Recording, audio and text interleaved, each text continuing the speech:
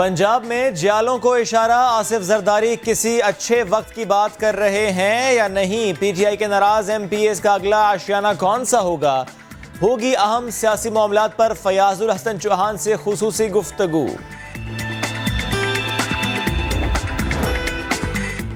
मंडी सज गई, मवेशी आ गए, एसओपीज पर अमल होगा तो कैसे होगा? खिलाफ वर्जी पर व्यापारी और खरीदार को भुगतना होगी कितनी सजा? मंडी से जुड़ी अहम मालूमात कुछ ही देर बाद।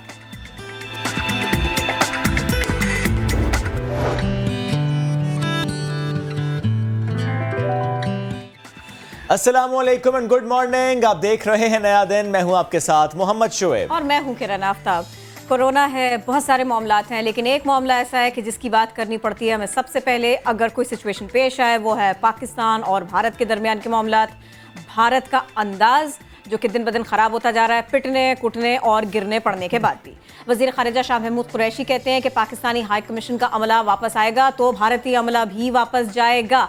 ये मामला किस कदर संजीदा है, इसकी शेप आगे जाके बन क्या रही है, हम खित्ते की सिचुएशन के बारे में भी बात करेंगे और इस सारे के सारे मामले के ऊपर भी बात करेंगे। शाह साहब हमको ज्वाइन कर चुके हैं, वज़ीर ख़ारिजा शाह महमूद कुरैशी साहब हमारे साथ हैं। अस्सलाम वालेकुम सर, कैसे हैं आप? जी वालेकुम सलाम, शुक्रिया सर।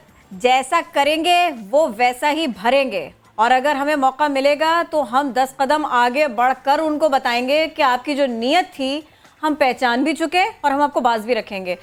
एक आपके जो ताज़ा स्टेटमेंट्स हैं सारी सिचुएशन में सर, एक बच्चा पाकिस्तान का ये बात समझ चुका है, जान चुका है।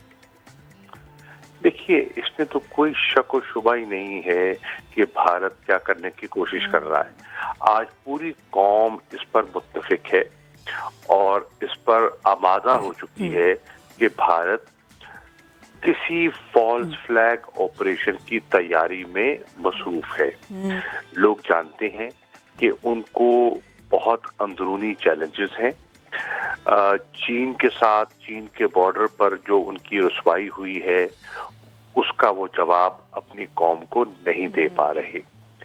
जो माशी धचका उनको लगा है और उसकी वजह से करोड़ों लोग बेरोजगार हुए हैं, उसने जो स्टॉक मार्केट्स हैं, जो इन्वेस्टमेंट्स हैं भारत में, उनको हिला के रख दिया है। ग्लोबल कॉन्ट्रैक्शन जो हुई है उसका भारत पे बहुत असर पड़ा है, क्योंकि भारत की जो मईशत है वो ग्लोबली हमसे कहीं ज्यादा कनेक्टेड थी। उसकी वुसअत, उसका हुजम बहुत बड़ा है। इसी तरह मकबूजा कश्मीर की जो सूरत हाल है वो इतनी बिगड़ चुकी है। 10 महीने के मिलिट्री सीज के बावजूद आप देख रहे हैं कि वहां आए दिन शहादतें हो रही हैं और आप देख रहे हैं कि लाइन ऑफ कंट्रोल पर मुसलसल सीज फायर की खिलाफ वर्जी हो रही है। अब इससे तवज्जो हटाने के लिए वो बहाने तलाश कर रहा है। जैसे कल उन्होंने हमारे सफारतकारों को, हमारे जो वहाँ जो है deputy high commissioner Haider Shah साहब को बुलाया और वहाँ डिमाश किया। एक नोट वबाल उनके हाथ में थमा दिया जिसमें उन्होंने पाकिस्तान पर बेबुनियाद इल्जामात लगाए। उन्होंने कहा कि आपके सफारतकार, यानी कि पाकिस्तान के सफारतकार, जासूसी में मुब्तला हैं और इन्होंने दहशतगर्द तंजीमों से रवाबित जोड़े हुए हैं। ये बिल्कुल बेमानी और नामुनासिब गुफ्तगू थी जो उन्होंने की और उन्होंने कहा हमने फैसला किया है कि आप अपनी जो प्रेजेंस है, अपनी जो मौजूदगी है हिंदुस्तान में, सफारती मौजूदगी, उसको 50% कम कर दें 7 दिनों के अंदर। ये जब इत्तला मुझे मिली तो फॉरेन सेक्रेटरी, मैंने, डीजी साउथ एशिया, हमने सारा मशावरत के बाद ये एक तो उसको फिल फॉर जवाब देने का फैसला किया और हमने उन सब इल्जामात को मुस्तरद किया जो हमारे सफारतकारों के साथ दिल्ली में हो रहा है। वो वियना कन्वेंशंस के सफारती आदाब के खिलाफ है। हमने उसकी निशानदेही की और उनको वाज़ेह पैगाम दिया, जो करोगे सो भरोगे।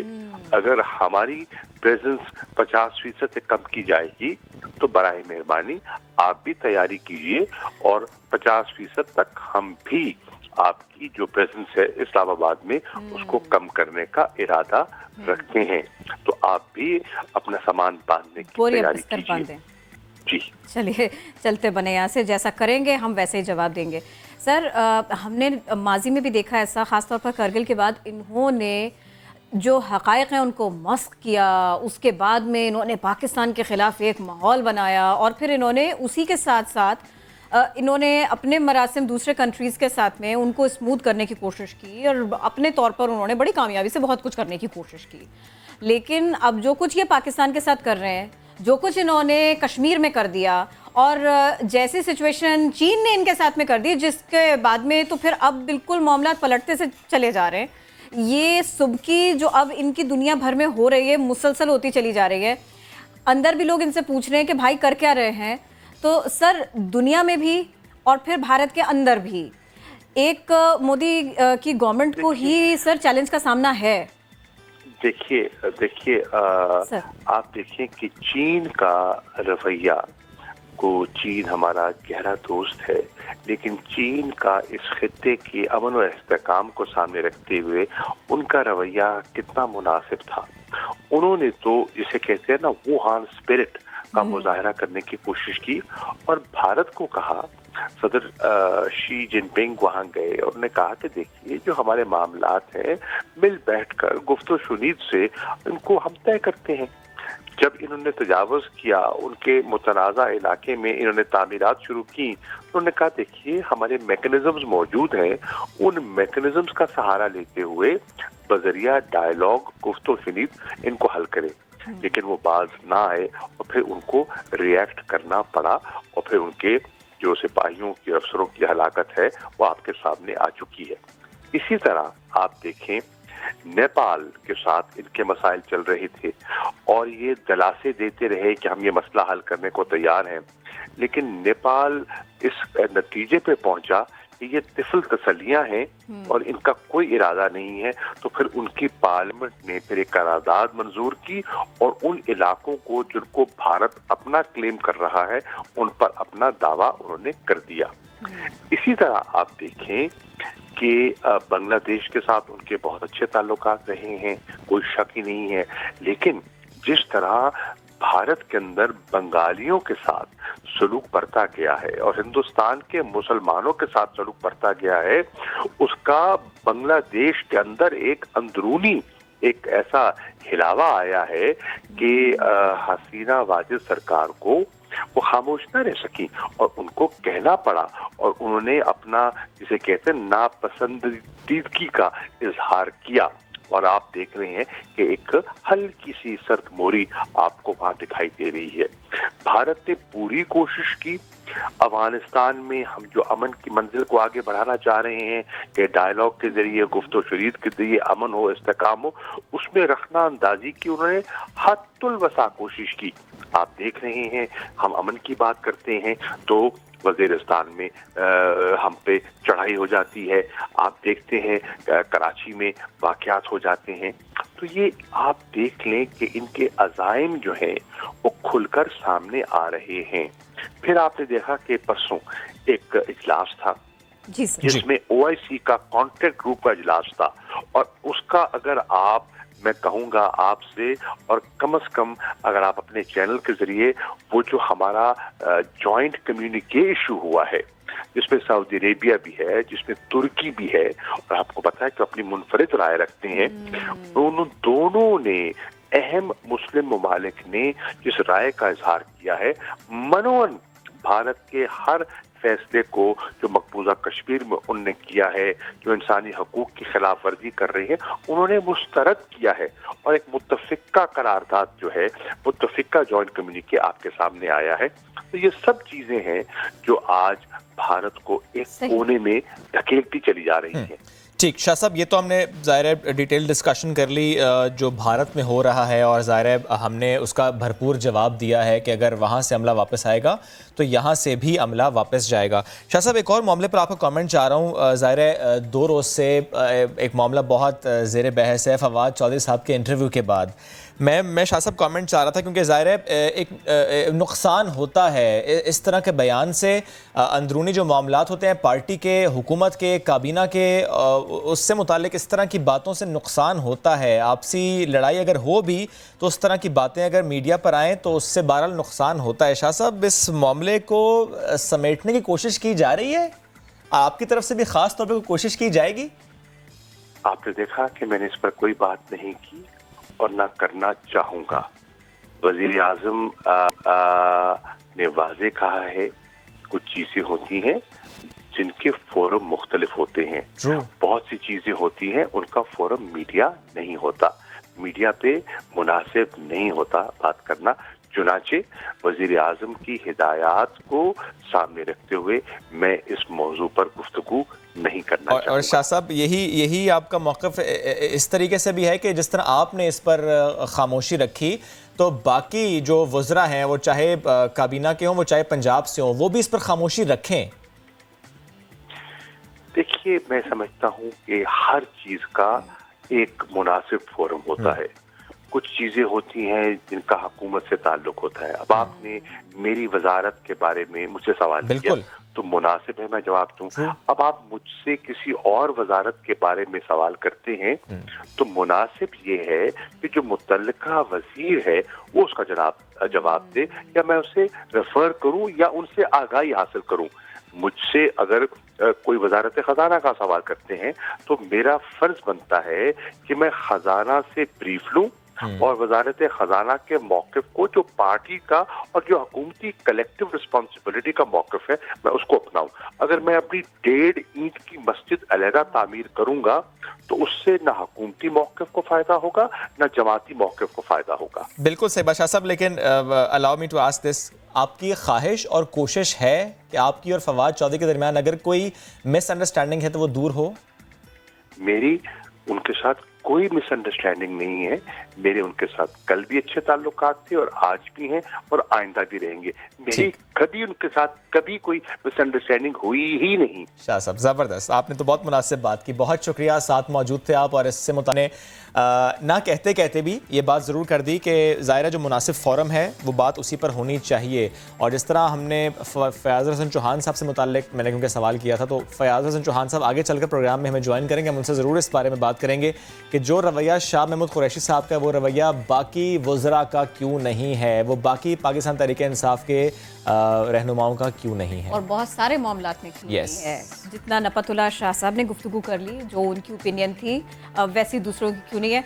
शुएब का ये सवाल, इसका जवाब तलाश करेंगे। लेकिन एक और सवाल भी है मेरा, किरण, मुझे समझाएं, मुझे बताएं, ये रात को 3 बजे फर्नेस ऑयल खत्म हो जाता है, ये रात सुबह 6 बजे फर्नेस ऑयल खत्म हो जाता है। ये कौन सा फर्नेस ऑयल है जो मतलब आउट ऑफ नोवेयर खत्म हो जाता है और फिर पता नहीं कहां से आ जाता है कि लाइट थोड़ी देर के लिए आ जाती है। एक होता है ना कि दुखती रग पे हाथ रखना। जी, हर रग दुख रही है, क्या करें। गर्मी बढ़ती चली जा रही है, बिजली गायब होती चली जा रही है। हमने कल भी कोशिश की थी कि हम इस सिलसिले में आपको अपडेट कर सकें और ये पता कर सकें ये आती हुई बिजली जाती कहाँ है, क्योंकि लोग बहुत परेशान हैं। एक तरफ कोरोना पेशेंट्स भी हैं, दूसरे मसाइल भी हैं। आप इकोनॉमी शटडाउन की बात कर रहे हैं कि वो नहीं होनी चाहिए, तो फिर बिजली का तसलसल भी होना चाहिए, उसकी फराहमी भी होनी चाहिए। तो मुख्तलिफ शहरों का अहवाल आपके सामने रखते हैं। लाहौर में बिजली की लोड शेडिंग के जिनने दोबारा से ली है अंगड़ाई, लाहौर शहर में कितनी लोड शेडिंग हो रही है और लेस्को हुक्काम कर क्या रहे हैं, इसी बारे में बात करेंगे समा के नुमाइंदे मोहम्मद लुकमान से। जी मोहम्मद लुकमान, क्या हो रहा है ये सब?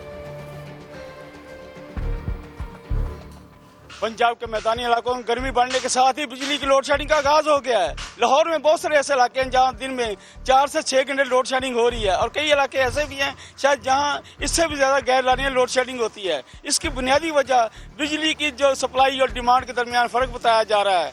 अवाम इससे कितने मुश्किलात में हैं, इस बारे में उनसे जानते हैं। 3 दिन पहले ये वोल्टेज बहुत ज्यादा कम, फिर ये ज्यादा, फिर कम, फिर ज्यादा। एक हमारा वो माशाल्लाह टीवी से जल गया और एक फ्रिज जल गई है। 4 घंटे के लिए लोड शेडिंग होती है। रात में ज़रा मसला होता है और दिन में भी तकरीबन ये होता है कि गर्मी जितनी है बस है और जितना ये टेंशन बनी हुई है। जो वादा किया कोई वादा पूरा नहीं किया। लोड शेडिंग तकरीबन 2 या 3 घंटे सुबह के दिन में, और रात को जो है ना, रात को वो कम अज कम घंटा 2 घंटे तो लाजमी वो भेजते हैं। तो उस जब लाइट गई होती ना, बच्चों का बड़ों का बुरा हाल हो जाता है। रात को 2-2 घंटे 2.5 घंटे बत्ती नहीं आती, बच्चे चीखा मारते हैं गर्मी में। इतनी गर्मी होती है कि बत्ती आने का नाम नहीं लेती। कई दफ़ा तो ऐसा होता है 4-4 घंटे भी चली जाती है। गरीब आदमी बहुत मजबूर है। सुबह 9 इधर से इधर कभी 3-2 घंटे चली जाती है। शहरी तो लोड शेडिंग के हाथों परेशान है, लेकिन लेस्को काम का अपना ही मौकफ है। उनके मुताबिक शहर के अक्सर इलाकों में लोड शेडिंग नहीं हो रही। अगर कहीं लोड शेडिंग हो रही है तो वो इलाके हैं जो जहां बिजली की चोरी ज़्यादा है या तरसीली नुकसान ज़्यादा हैं। इन इलाकों में 3 से 4 घंटे की रोजाना लोड शेडिंग हो रही है। उनका कहना है कि जो ही तरसीली नुकसान कम होंगे, लोड शेडिंग भी कम हो जाएगी। लुकमान ने हमें लाहौर से अपडेट किया। मुल्तान की कहानी भी मुख्तलिफ नहीं है। यहाँ पर 6 से 8 घंटे लोड शेडिंग हो रही है। इस हवाले से शहरी कितने परेशान हैं, और स्पेशली वो अफराद जो कोरोना मुतासरीन हैं, घरों में आइसोलेशन में हैं, वो किस कदर परेशानी से दो चार हैं, ये सब हमें बताएंगे हमारे नुमाइंदे मोहसिन अली। मुल्तान शहर में बिजली की लोड शेडिंग का जिन बोतल से बाहर निकल चुका है। शहरी इलाकों में 6 से 8 घंटे इलानिया और गैर इलानिया लोड शेडिंग का सिलसिला जारी है, जबकि शहरी शदीद गर्मी में किस अजियत से दो चार हैं, आइए आपको दिखाते हैं। पूरे मुल्तान में जी 8 घंटे की लोड शेडिंग हो रही है इस वक्त, और हर आदमी परेशान है। देखें जो आजकल जिस तरह का कोरोना का वायरस फैला हुआ है, और जो भी मरीज़ हैं, पेशेंट हैं, वो जनाब घरों में रह रहे हैं, और वो किस तरह अपने आप को बचाएंगे इस शदीद गर्मी में, जहाँ 48 टेम्परेचर हो, 51 तक जा रहा हो। घर में आइसोलेट रहना, अकेला रहना काफ़ी मुश्किल होता है, और आपको पता हो आपको एक ऐसी बीमारी लायक है जिसका अभी तक कोई इलाज नहीं है। लेकिन परेशानी की बात यह है कि एक तो गर्मी है, और दूसरा ऊपर से आजकल इतनी ज़्यादा लोड शेडिंग हो रही है। सर ये बहुत ज़्यादा लोड शेडिंग है, जिसकी वजह से जो बेचारा बीमार है, अब वो पंखा या कूलर बंद होता है तो उसकी बीमारी बढ़ने का भी ख़तरा है। लिहाजा हुकूमत से गुजारिश है कि लाइट की जो लोड शेडिंग है उसको कम करें। लोड शेडिंग बहुत ज़्यादा है और टिपिंग अलग है, और जो है फिर कोरोना वायरस की वजह से जो है ना, वो देखो हुकूमत ने टाइम दिया हुआ है 9 से 7 बजे का, तो खुद ख्याल करें कि लाइट तो चलो पूरी दें। रोज़ी के लिए बहुत तंग हुए हूँ मैं। 7 बजे वैसे मार्केटें बंद हो जाती हैं, गर्मी से बुरा हाल होया हुआ दुकानों के अंदर, ना काम कर सकते हैं। 3 से 4 घंटे, हर 2 घंटे 1.5 घंटे बाद लाइट चली जाती है, और जो है ना बहुत सारी मुश्किलात हमें पेश आ रही हैं। बराए मेहरबानी हुकूमत से अपील करते हैं कि ये लोड शेडिंग के दौरान ख़त्म करें। बिजली की लोड शेडिंग से कारोबारी तबका शदीद मुश्किलात से दो चार है। हुकूमत की जानिब से ऐलान किया गया कोरोना वायरस में मुब्तला मरीज़ घरों में आइसोलेट कर लें, जबकि लोड शेडिंग की वजह से कोरोना में मुब्तला मरीज़ शदीद मुश्किलात से दो चार हैं। कैमरामैन चौधरी महबूब के साथ मोहसिन अली, समा, मुल्तान।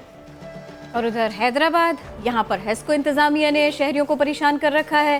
गैर एलानिया लोड शेडिंग बहुत हो रही है। पवन कुमार इसीलिए अपडेट कर रहे हैं। जी पवन। जी बिल्कुल, गर्मी की लहर में इजाफा होते ही हैदराबाद में लोड शेडिंग का जो सिलसिला है उसमें भी अच्छा खासा इजाफा दिखाई दे रहा है। हैदराबाद के अगर मुख्तलिफ इलाकों की बात की जाए, कासमाबाद, लतियाबाद, हैदराबाद सिटी, सदर, वसीम नगर, वैदत कॉलोनी समेत हैदराबाद, हुसैनाबाद और हैदराबाद के कई ऐसे इलाके हैं जिनमें जो है 8 से 10 घंटे की जो गैर एलानिया जो लोड शेडिंग है वो की जाती है। जबकि अगर देही इलाकों की बात की जाए तो वहाँ पर जो है 10 से 12 घंटे लोड शेडिंग की जाती है। गैर एलानिया और एलानिया लोड शेडिंग का सिलसिला जो है वो बढ़ता जा रहा है, मगर शहरी जो हैदराबाद की जो परेशानी से दो चार है। अगर बात की जाए हैदराबाद में लॉकडाउन की सूरत हाल है, ऑफिस, तमाम ऑफिस जो है वो भी बंद है, और दुकानें जो है वो भी बंद है। ताल अगर शहरी इस सूरत हाल में अगर घर बैठते हैं तो उनको घर पर भी सुकून नहीं मिलता, क्योंकि लोड शेडिंग जो है वो बहुत ज़्यादा हो गई है। शहरी जो है अपने घरों में भी नहीं बैठ सकते, क्योंकि लाइट तो होती नहीं। अक्सर वक्त पर जो लोड शेडिंग जो है नहीं होती। तकरीबन 8 से 10 घंटे का ये दौरानिया है जहाँ पर लोड शेडिंग नहीं होती। इस सिलसिले में हमारी हेस्को इंतजामिया उनसे बातचीत, उनका यही कहना है कि गर्मी की जो मौसम है उसमें जो शहरी जो है फिर जो एसी का ज़्यादा इस्तेमाल करते हैं, इसलिए जो है लोड शेडिंग। ठीक, बहुत शुक्रिया। आप हैदराबाद की सूरत हाल से मुतालिक हमें इस वक्त अपडेट कर रहे थे और जाहिर है पूरे पाकिस्तान की सिचुएशन इस वक्त ऐसी ही है, लेकिन अगर हम सिर्फ कराची की बात कर लें, के इलेक्ट्रिक की बात कर लें, हमने गुज़श्ता रोज़ भी इससे मुतालिक गुफ्तगू की थी और ये हमें कहा गया था नूर अफशां की तरफ से कि खुशखबरी है। वो खुशखबरी ये थी कि जो इंपोर्ट पर बैन था फर्नेस ऑयल की, वो बैन अब हट जाएगा और उसके बाद फर्नेस ऑयल आएगा तो शहरियों को इस लोड शेडिंग से छुटकारा मिल जाएगा। लेकिन ये कब होगा ये ना आप जानते हैं और ना मैं जानता हूं, क्योंकि वो भी नहीं जानती थी क्योंकि कौन सी आज की कहानी है, ये कहानी है पुरानी और ये कहानी चलती ही जा रही है। और पूरी रात किरण हमारे इलाके में भी बिजली की आंख मचोली जा रही थी। आंख बंद ज़्यादा देर के लिए होती थी बिजली की और हमारी ज़्यादा देर के लिए खुलती थी। एनीवेज ये तो सिचुएशन है कराची की, हम इस पर बात करते हैं। अमीर जमात इस्लामी कराची हाफिज़ नईमुर रहमान साहब ने हमें ज्वाइन किया है। सर बहुत शुक्रिया आपके वक्त का। जब भी कराची वालों ने कोई मुश्किल देखी है, आप लोगों ने आवाज़ से आवाज़ मिलाई है, आप लोगों ने एहतजाज किया है, वो चाहे ओवर बिलिंग से मुताल्लिक हो, वो चाहे बिजली की लोड शेडिंग से मुताल्लिक हो। एग्जैक्टली के इलेक्ट्रिक के जो ये तमाम मसाइल है ना, उनके लिए ख़ास तौर पर आप लोगों ने बात की और फिर उसका रिस्पॉन्स भी आता रहा। सर ये बताइए कि जब शदीद गर्मी आएगी और कोई भी मसला आएगा, उसके साथ साथ बिजली का बिल भी आएगा, नहीं आएगी तो बिजली नहीं आएगी। ये कराची के शहरी के मुकद्दर में ऐसा लगता है लिख दिया गया। बिल्कुल ठीक कह रही हैं आप। और मसला ये है कि देखें पूरे मुल्क की सूरत हाल भी अच्छी नहीं है, लेकिन आपने लाहौर में देखा शहरी क्या कर रहे थे, 3 से 4 घंटे के लिए लाइट जा रही है। ठीक है ना। अब भाई वो तो सरकार में है ना, ये तो प्राइवेटाइज किया गया था 2005 में, इसलिए कि ये तो बहुत इनके नज़दीक बुरा इदारा था और जैसे ये प्राइवेटाइज होगा 4 चांद लग जाएंगे। उसके बाद दोबारा 2009 में पीपल्स पार्टी की जब हुकूमत थी तो एमक्यूएम और पीपल्स पार्टी की कोalition गवर्नमेंट ने इसको दोबारा बेचा था अबराज ग्रुप को, और इन्होंने कहा था कि अब तो बिल्कुल ही ज़बरदस्त हो जाएगा क्योंकि अबराज ग्रुप तो एक बहुत बड़ा ग्रुप है और ऑफशोर कंपनी के तौर पर रजिस्टर होगी है और उसके नतीजे में ये हो जाएगा और वो हो जाएगा। मुआहिदा निकाल के देखा तो उसमें ये लिखा हुआ था कि $361 मिलियन ये हमारे तकरीबन 700-800 अरब रुपए बनते हैं। ये जो है ना इस पे इन्वेस्टमेंट करेंगे 3 साल के अंदर और 3 साल के अंदर 1300 मेगावाट बिजली का इजाफा हो जाएगा। इतने सुहाने ख्वाब थे कि यार ये केएससी के लोग तो बहुत बुरे थे, अब बहुत अच्छा हो जाएगा। अब क्या हुआ जनाब, 2005 में इस इदारे को जो केएससी था 1.5 अरब रुपए की सब्सिडी मिलती थी। अब हुआ ये कि 20 अरब 25 अरब 75 अरब रुपए तक की सब्सिडी के इलेक्ट्रिक को दी है, जो प्राइवेट कंपनी के तौर पर काम कर रही है, जो मुनाफा कमाती है, ये सरकारी कंपनी नहीं है। और इस दफा तो कमाल ही हो गया, बजट, कोरोना बजट, ये बजट, वो बजट और बहुत बुरा हाल है, बहुत बुरा हाल है। जून का बजट आना था लेकिन मार्च में एडवांस सब्सिडी दे दी गई है 26 अरब रुपए की के इलेक्ट्रिक को। ऐसी क्या मोहब्बत है जो पीटीआई भी इनसे मोहब्बत करती है, नून लीग भी करती है, पीपल्स पार्टी भी करती है, एमक्यूएम भी करती है, एक प्राइवेट कंपनी। तो इससे पता चलता है कि मामलात बड़े ज़रा मुख्तलिफ किस्म के हैं। हमारे साथ ये मसला क्यों हो रहा है, कभी ये कहते हैं कि हमारे पास गैस नहीं है इसलिए लोड शेडिंग होगी, और जब गैस मिल रही है तो कहते हैं ऑयल नहीं है इसलिए लोड शेडिंग होगी। भाई चार्ज करते हैं ऑयल के मुताबिक, प्लांट तो ये चलाते नहीं थे ऑयल के ऊपर, फिर इनको ऑयल की डेफिशिएंसी कैसे हो गई। 2100 मेगावाट तो इनकी इंस्टॉल्ड कैपेसिटी है, हमारी तो सब मिलाकर जो जरूरत है वो 3000 मेगावाट है। 800 मेगावाट सरकार इनको दे रहा है, नेशनल ग्रिड से इनको मिल रहा है, 400-500 आईपीपीज के जरिए से इनको मिल रही है। इसका मतलब ये है कि अगर ये पूरे प्लांट चलाएं और ये अपना सिस्टम ठीक करें तो कराची में लोड शेडिंग 0 हो जाए, जो फुल लोड है उसके ऊपर। जबकि इस वक्त तो फुल लोड भी नहीं है, बहुत सारी जगहों पे जो है वो इंडस्ट्रीज प्रॉपर काम नहीं कर रही हैं, जो हालात चल रहे हैं उसके सर इस पर उनका जवाब मतलब ये हुआ कि टोटल ना आइली। इस पर उनका जवाब ये था कि अगर इंडस्ट्रीज बंद भी हैं, अगर मार्केट्स बंद भी हैं तो वर्क फ्रॉम होम है और वहां पर बिजली कंजम्पशन ज्यादा है। Do you by that argument? नहीं, बिल्कुल बेकार बात है ना। इंडस्ट्री इस वक्त जो है तकरीबन 30% लोड के ऊपर चल रही है। मैं जानता हूँ, जाहिर है हम लोग भी फील्ड के लोग हैं, मैं प्रोफेशनल आदमी हूँ, मैं जानता हूँ इस बात को कि इस वक्त जो एक्सपोर्ट का जो हमारे यूनिट्स हैं वो 30-40% लोड है उनके ऊपर। जाहिर सी बात है कि जब उनका लोड कम होगा, उनकी मशीनें कम चलेंगी तो बिजली भी कम खर्च होगी। और इसी तरह से हम ये देख रहे हैं कि जनाब ओवरऑल जो है मार्केट के अंदर तो अब तो इस वक्त तो लॉकडाउन भी जगह जगह चल रहा है। सदर पिछले दिनों बिल्कुल बंद रहा है, बंद है सर, अभी भी बंद है, लॉकडाउन की सूरत हाल अभी भी बंद है। तो आप मुझे बताइए कि बड़ी बड़ी जो मार्केटें हैं उनमें से कई मार्केटें बंद हैं, इंडस्ट्री प्रॉपर तरीके से नहीं चल रही है, तो फिर ये लोड कहां से आ गया। और फिर मैं तो ये कह रहा हूं कि अगर ये फुल लोड भी हो तब भी इनके पास इंस्टॉल कैपेसिटी ज्यादा है। अब मुझे आप ये बताइए कि जब गैस का मसला आया, जब 2015 में आपको याद होगा कि जब हीट वेव आई थी 5000 लोग यहां पर हलाक हो गए थे, इसलिए कि ठंडक नहीं थी। क्योंकि हीट वेव में जब हीट स्ट्रोक हो तो आपको ठंडक चाहिए होती है, ठंडा पानी चाहिए होता है, और फौरी रेमेडी इसकी करनी होती है। लेकिन लोग अस्पतालों में लेकर घूम रहे थे, 15-15 अस्पताल लोग चक्कर लगाते थे, लोगों को जो है ना जगह नहीं मिलती थी और घर में तो सवाल ही पैदा नहीं होता। 14-14, 15-15 घंटे लाइट। सर और बारिश क्यों? में भी यही हुआ, इसलिए कि इन्होंने ऑयल वाले प्लांट नहीं चलाए थे उस वक्त, ऑयल वाले प्लांट नहीं चलाए थे क्योंकि उनको महंगे पड़ते हैं। इस पर इनको 1 करोड़ रुपए का जुर्माना भी नॉमिनल से किया गया था। तो आप मुझे बताएं ना कि यार ये ऐसे कौन सी कंपनी है जिसको इमरान खान भी पसंद करते हैं, जिसको एमक्यूएम भी पसंद करती है। तो पता है चला कि भाई अब राज ग्रुप तो इमरान खान को फंडिंग भी करता है।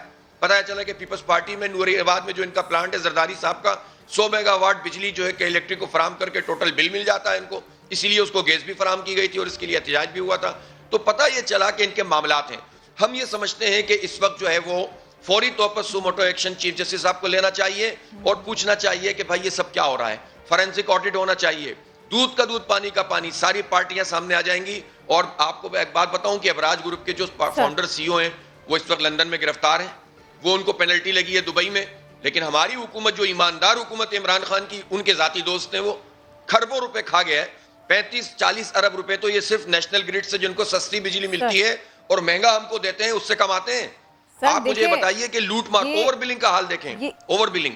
जी ये ओवर बिलिंग पे भी प्लीज कमेंट कीजिएगा आप, क्योंकि ये भी हम बार बार लोगों की परेशानी भी देख रहे हैं, आसपास के लोगों में ही ये वाली शिकायत इतनी ज़्यादा है। सर ये बताइएगा, गर्मी की बात आपने कर ली, हमें बारिशें भी याद हैं, बच्चों की जाने गई, लोग माजूर हुए, उसके बाद में कहीं पानी खड़ा है, बिजली आ गई जी, और सामने कुछ ही फीट के फासले पर दफ्तर मौजूद है, शिकायत सुनने वाला कोई नहीं, सवाल का जवाब देने वाला कोई नहीं। अब देखिए, जब नोटिस लिया जाए, फिर मामलात को हल किया जाए, रिजॉल्व किया जाए सिचुएशन को, तब तक सर मौसम बदल जाएगा, मसला बदस्तूर वहीं का वहीं खड़ा होगा। आप होगा ये कि आप लोग एक धरना कॉल करेंगे, एक एहतजाज कॉल करेंगे, उसमें कराची के शहरी भी आ जाएंगे, उसके बाद में क्या होगा सर, फिर से सारी चीजें वैसे ही हो जाएंगी।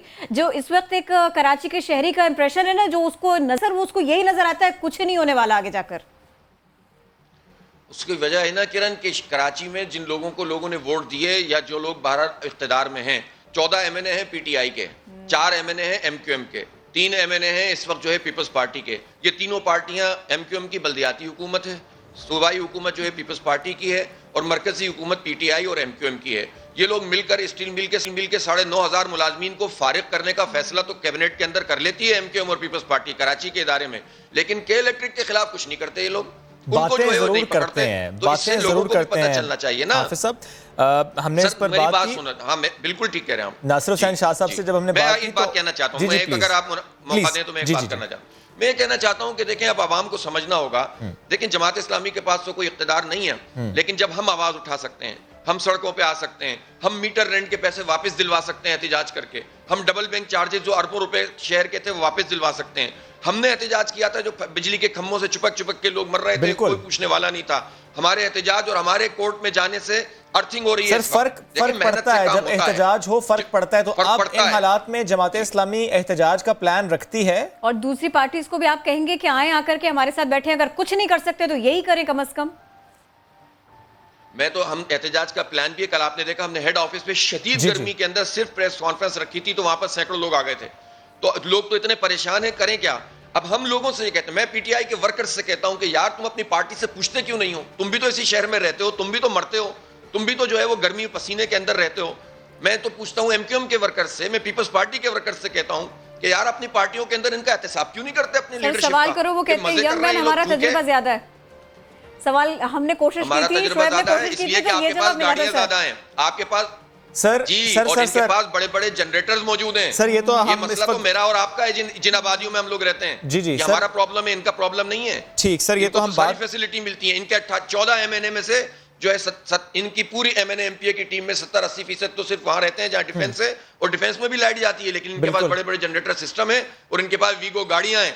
पैसों की बुनियाद पर पीटीआई हो या नून लीग हो या पीपल्स पार्टी हो या एमक्यूएम हो, इसकी बुनियाद के ऊपर लोगों को जो है वो टिकट मिलते हैं। तो इसलिए आवाम को भी अब कुछ सोचना पड़ेगा। आवाम इस को शहर की सोचना तो ओनरशिप होगा। लेने वाला भाई आपका कोई नहीं है। बिल्कुल आवाम को तो सोचना होगा, लेकिन सर अभी जब हम बात कर रहे थे फर्नेस ऑयल की, जब हम बात कर रहे थे कि जिस तरीके से पावर जनरेट होनी चाहिए उस तरीके से हो नहीं रही, तो सर एक खबर आप भी साथ रहिएगा। इससे पहले कि शुक्रिया अदा करूं, क्योंकि कराची में बिजली का बहरान तो है लेकिन वो मजीद संगीन, उनकी हवाएं रुक गई हैं और इसकी वजह से जो विंड पावर प्लांट्स हैं उनकी पैदावार इंतहाई कम हो गई है। इसी पर बात करेंगे, वहाब कामरान ने हमें ज्वाइन किया। वहाब कामरान, ये जो विंड पावर प्लांट्स है कितना सपोर्टिव ये है, लेकिन इसके साथ साथ ये भी बताइएगा कि इसकी वजह से आप और कितना बहरान होगा। एक बार फिर दोहरा देते हैं प्लीज, दोहरा दें, क्योंकि कराची के शहरियों का कंसर्न है, ये उनकी बड़ी परेशानी है ये। और किरण, हवाएं रुकने से जो विंड पावर प्लांट्स की पैदावार कम हुई है, मैं ये नहीं समझता कि इससे बहुत ज़्यादा नॉर्मल हालात में बहुत ज़्यादा मसला होता है, क्योंकि वो सपोर्ट इतना ज़्यादा है नहीं। बट इस सिचुएशन में जब ऑलरेडी मसला है तो फिर ये जो कहते हैं ना डूबते को तिनके का सहारा वाली बात है, तो वो ये तिनका भी हमारे हाथ से निकल गया, क्योंकि हवाएं रुकने से विंड पावर प्लांट्स की पैदावार इंतहाई कम हो चुकी है। के इलेक्ट्रिक का शॉर्टफॉल 650 मेगावाट तक पहुंच गया है। के इलेक्ट्रिक की तलब 3450 और पैदावार 2800 मेगावाट रह गई है। फर्नेस ऑयल की दरामद तक सूरत हाल में बेहतरी का कोई इम्कान नहीं। ये वही बात है जो के इलेक्ट्रिक कई दिनों से कह रही है। फर्नेस ऑयल का कार्गो 5 से 7 दिन में पाकिस्तान पहुंचेगा, यानी 5-7 दिन में पहुंचेगा। उसके बाद जहां जहां वो फर्नेस ऑयल पहुंचना है वो पहुंचेगा, फिर बिजली की पैदावार और फिर आवाम तक उसका पहुंचना, यानी भी हमें कुछ और दिन इंतजार करना पड़ा। कौन सा पहली बार ये सबर किरण हम कर रहे हैं। हर गर्मी ऐसी ही गुजरती है कराची वालों की, और इसी तरीके से के इलेक्ट्रिक की हम हठधर्मी देखते हैं। एनीवेज, ये तो हमने बात कर लिया आज कराची के इलेक्ट्रिक से मुतालिक। बहुत से मौज़ूआत अभी बाकी हैं, लेकिन एक शॉर्ट ब्रेक लेते हैं, वापस आते हैं। स्टे विद अस।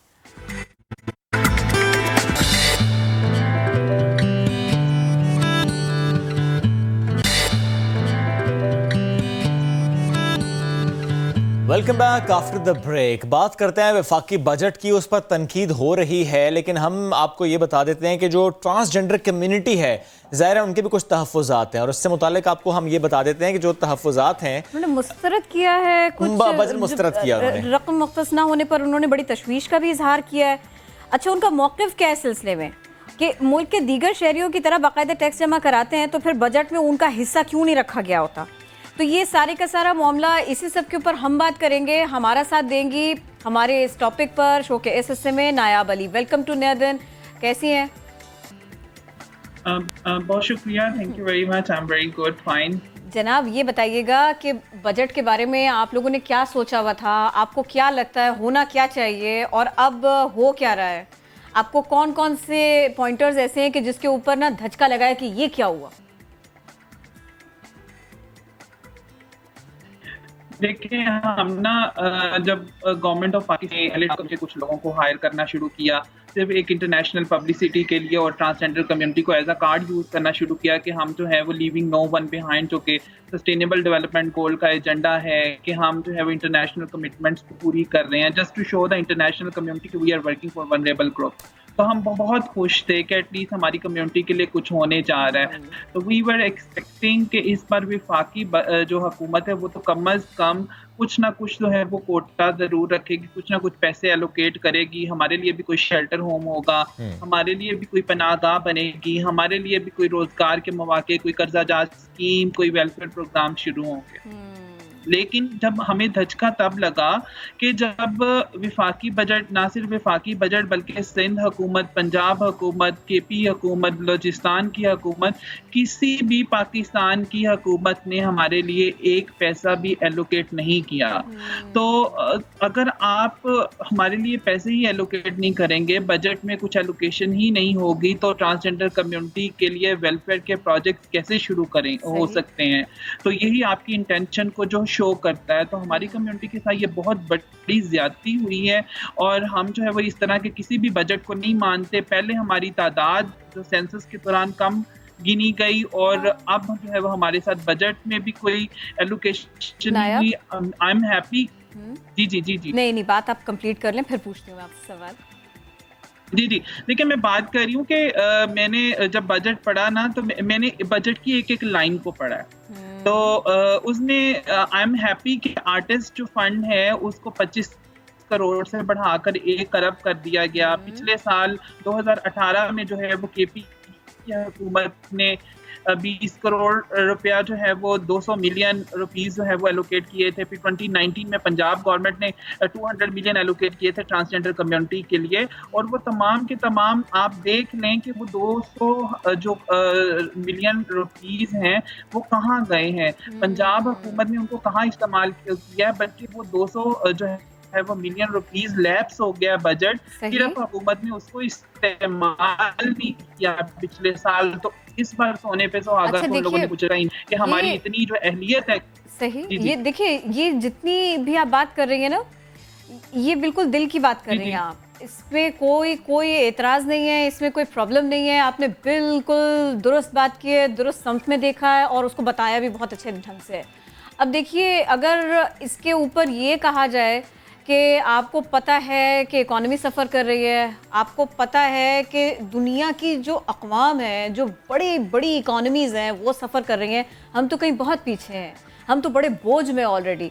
दूसरे ये कि कोरोना है, बड़ी परेशानी है, तो इसकी वजह से कुछ मामलात में लाइट्स हैं लेकिन कुछ मामलात में नहीं ध्यान दे पाए, नहीं कर पाए।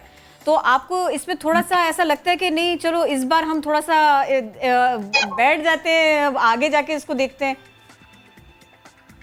देखिए, हमारे साथ तो शुरू से ही ज्यादती होती आई है हमारी बरादरी के साथ। ये कोरोना के बहाने बना के या कोरोना की वजह से, ये तो एक आलमी आफत है, ये तो पूरी दुनिया पे आई है, इसका बहाना बना के आप किसी भी शहरियों को उसके हक से महरूम नहीं रख सकते। आप एक तरफ जो है वो बजट में इंक्रीज कर रहे हैं जो कि ऑलरेडी एग्जिस्टिंग फंड्स हैं जो एलोकेट हुए हैं दूसरी कम्युनिटीज के लिए, और आप हमारी कम्युनिटी के लिए जो ऑलरेडी एक एलोकेटेड बजट है उसको जो है वो आप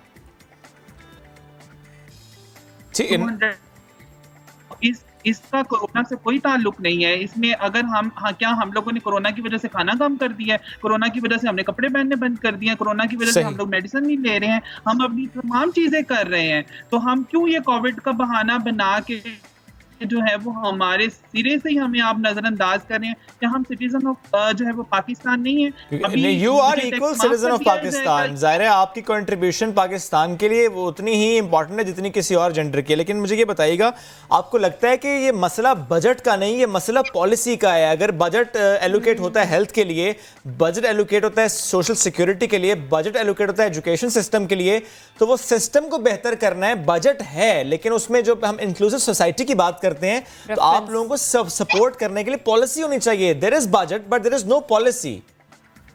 देखिए शोएब, जो है वो पॉलिसीज जो है वो बन चुकी हैं। जो पाकिस्तान में ट्रांसजेंडर के तहफ़्फ़ुज़ का कानून आ चुका है, उसके इम्प्लीमेंटेशन मैकेनिज्म्स बन चुके हैं। द थिंग इज कि जब चीज़ें एग्जिस्ट कर रही हैं कि उसमें क्लियर गाइडलाइंस हैं कि हमने इतने शेल्टर होम बनाने हैं, अगर कोई जो है वो मुलजिम है ट्रांसजेंडर तो उसके लिए अलहदा जेलें बनानी है, हमने उनके लिए कर्जा जात स्कीमें देनी है, तो वो जब स्पेसिफिकली एक गाइडलाइंस हैं तो उनको फुलफिल करने के लिए आपको बजट चाहिए। ठीक है, when you are talking about, मैं आपको एक मिसाल देती हूँ कि कुरान पाक में इरशाद है कि आपने यतीमों का माल नहीं खाना। ठीक है, तो इट डजंट मीन कि आपने जो है वो दूसरे लोगों का माल खा जाना है। तो ये जितनी भी जोर दिया जाता है इन चीजों पे, वो इसलिए जोर दिया जाता है कि these communities are vulnerable, they need special needs, और यही पर हमारा कॉन्स्टिट्यूशन भी कहता है कि अगर जो वल्नरेबल सेक्टर हैं आप उनको ज्यादा फोकस करना चाहिए, उनको ज्यादा सपोर्ट करनी चाहिए। Exactly, absolutely right. Nayab, thank you, आपका मौक़िफ़ भी आ गया और आप बात की। ज़ाहिर है ये बड़ी ज़बरदस्त बात है कि बजट और पॉलिसी है तो बजट एलोकेट नहीं है, और अगर कहीं पर बजट एलोकेट अगर हो जाता तो फिर हम ज़रूर सवाल करते हैं कि फिर पॉलिसी का। एनीवेज, ये तो हमने बात करी ट्रांसजेंडर कम्युनिटी ज़ाहिर वल्नरेबल कम्युनिटी है और इस पर फोकस क्यों नहीं है। ज़रा बढ़ते हैं आगे, हम बात कर लेते हैं नफ्सियाती पहलू की। बच्चों और नौजवानों की ज़िंदगी से जुड़ा ये अहम पहलू है। कुछ गेम्स हैं और वो गेम्स खेलने से मना किया गया है। क्यों मना किया गया है? क्योंकि वो गेम्स हमें डिस्ट्रक्शन की तरफ लेकर जाती हैं, ना ही डिस्ट्रक्शन सिखाती हैं, बल्कि कहना ये चाहिए वो हमें आमादा करती हैं कि अपनी जान ही ख़त्म कर ली जाए। कम उम्र लड़के इस कोशिश में अपनी ज़िंदगियां गंवा रहे हैं। ऐसी बहुत सी खबरें रिपोर्ट हो चुकी हैं और यही वजह है कि कुछ ऑनलाइन गेम्स नशे से भी बुरी साबित हो रही हैं। एक वाक़या रिपोर्ट हुआ लाहौर से, पबजी गेम खेलने से रोकने पर 4 रोज के दौरान 2 लड़कों ने खुदकुशी कर ली। के दौरान हुआ अलार्मिंग। दो जाने चली गई और ये सिर्फ और सिर्फ 5 दिनों का किस्सा है कि जिसमें लाहौर का भी वाक़या आप बता रहे थे जनाब। 16 साल मोहम्मद ज़करिया ऑनलाइन गेम खेलने से रोका गया था, फिर मुबैना तौर पर उन्होंने पंखे से लटक कर खुदकुशी कर ली। वो क्या रहा है ये सब कुछ? ये गेम्स बच्चों को अपनी तरफ कितना ले जाते हैं कि वो ज़िंदगी से रुक जाते हैं, उनको कोई नज़र नहीं आता।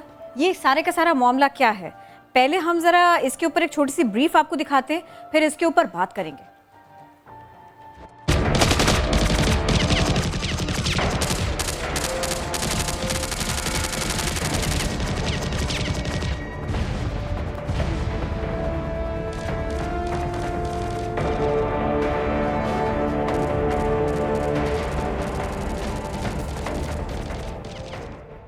अरे ये मैं कहाँ आ गया? ये कौन सी दुनिया है? ओहो, यकीनन ये प्लेयर अननोन्स बैटल ग्राउंड यानी पबजी है। 100 खिलाड़ी अपने फोन के जरिए इस ख्याली जजीरे में आमने सामने होते हैं। काम है असलहा ढूंढकर दूसरे को ठिकाने लगाना। ये गेम चंद साल पहले एक जापानी फिल्म के ऊपर बना जिसमें चंद बच्चों को मौत तक आपस में लड़ते दिखाया गया है। यहाँ भी लड़ाई में जो जीता वही सिकंदर। तुम उस तरफ से लोगों को निशाना बनाओ, मैं ये साइड संभालता हूँ। ठीक है।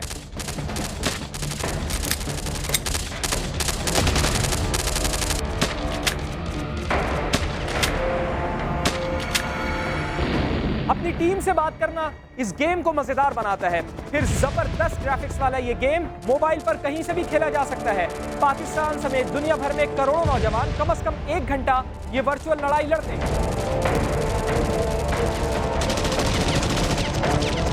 आपने देखा कि मैं कैसे गोलियों से बचा। बच्चों के लिए ये एक नशा बन चुका है। वो ऐसे खो जाते हैं कि पढ़ाई छोड़-छाड़ बाथरूम या कमरा बंद करके इसे खेलने से बाज नहीं आते। कोई मना करे तो तूफान मचा देते हैं। लेकिन बात यहीं तक महदूद नहीं, ये गेम बच्चों के जहन बदल रहा है। इस हद तक वो खेल खेलते खेलते अपनी जान पर खेल जाते हैं और जाहिर है हकीकी जिंदगी में कोई सेकंड चांस नहीं।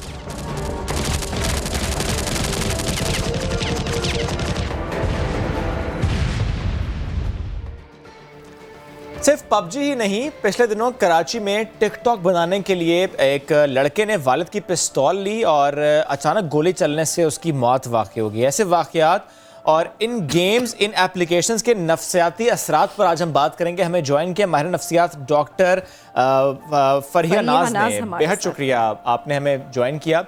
डॉक्टर साहिबा, ये फरमाइएगा, ये गेम्स और ये एप्लीकेशंस ये वाकई इस कदर असरअंदाज करती हैं कि इंसान अपनी जान ले ले। चलिए आपकी तरफ दोबारा आने से पहले हम इस पर और बात कर लेते हैं, क्योंकि ज़ाहिर है किरण, ये जो टिकटॉक वाला एक मामला हुआ था, इस पर आपको याद है हमने भी उस दिन सुबह डिस्कशन की शो से पहले भी कि ठीक है एप्लीकेशन के मैं मान लेता हूँ कुछ लोग अगर ये कहते हैं कि उसके कुछ ऐसे पॉलिसीज को कौन रिव्यू करेगा अगर डेटा ऐसा इकट्ठा हो रहा है आपके पास में। यानी किरण ये होना चाहिए कि जिस तरह हम अक्सर बात करते हैं कि फेसबुक है, इंस्टाग्राम है, ट्विटर है, अगर उस पर ऐसा कोई मवाद है तो उसका चेक एंड बैलेंस होता है, तो व्हाई नॉट टिकटॉक कि अगर वहां पर कोई इस तरह के वीडियोस बना रहा है तो आप उसका अकाउंट बंद करें। अच्छा देखिए, इसके कुछ पहलू हो गए। अब एक बिल्कुल सीधा सीधा पहला कि इस तरह के गेम्स हो या फिर कोई एप्स हो, एडिक्शन है, वो डिस्ट्रैक्शन की तरफ ले आई।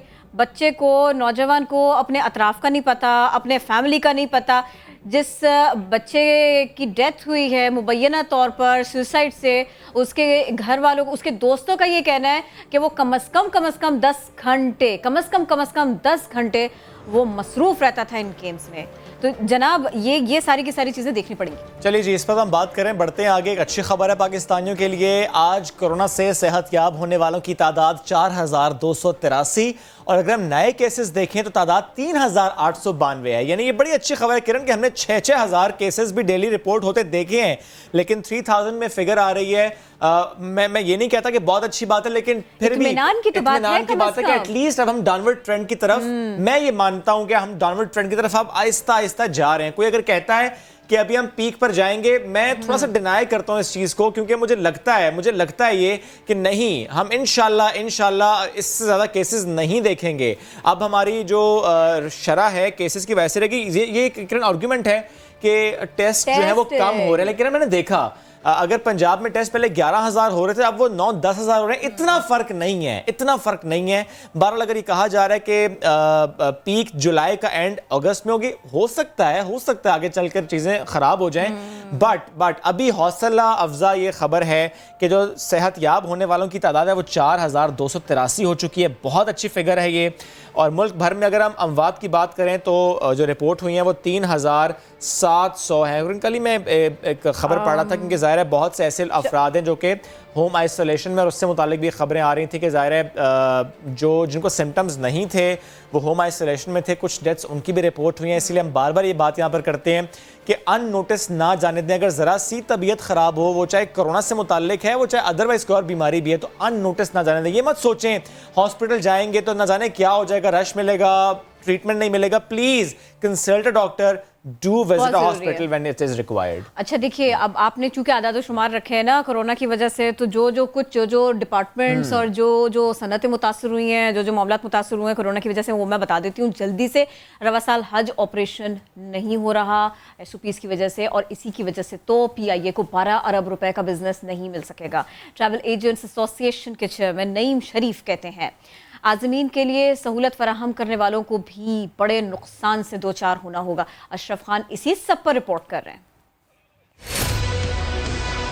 कोरोना वायरस का फैलाव रोकने के लिए हज महदूद करने का फैसला PIA के लिए बड़ा धचका साबित हुआ। रवां साल मुकामी अफराद को ही हज करने की इजाजत मिलने के बाद कौमी एयरलाइन का 15% इजाफी कोटा भी धरा का धरा रह गया। PIA को हज ऑपरेशन से 12 अरब का बिजनेस मिलना था। सऊदी हुकूमत के फैसले के बाद ट्रैवल इंडस्ट्री भी अपना सा मुंह लेकर रह गई। पैकेज बनाते हैं तो कुछ पैसे होटल की बुकिंग में और कुछ एयरलाइनों को एडवांस दिए हुए थे, वो रिफंड होंगे। बाकी मकतब बुक करते हैं, उसके लिए 100 रियाल नॉन रिफंडेबल होता है, वो मुश्किल है मिले, या कोई बिल्डिंग ऐसी जो बुक करते हैं उनका रिफंड ना मिले। सफरी सहूलत देने वाली सनत पहले ही 3 माह से बदहाली का शिकार है, जबकि गुज़िश्ता बरस 87,000 हुजाज इकराम को सफर की सहूलत देने वाली PIA इस साल हाथ मलने पर मजबूर है। कैमरामैन शाहिद बलोच के साथ अशरफ खान, समा, कराची। एक ब्रेक लेते हैं, वापस आते हैं। स्टे विद अस।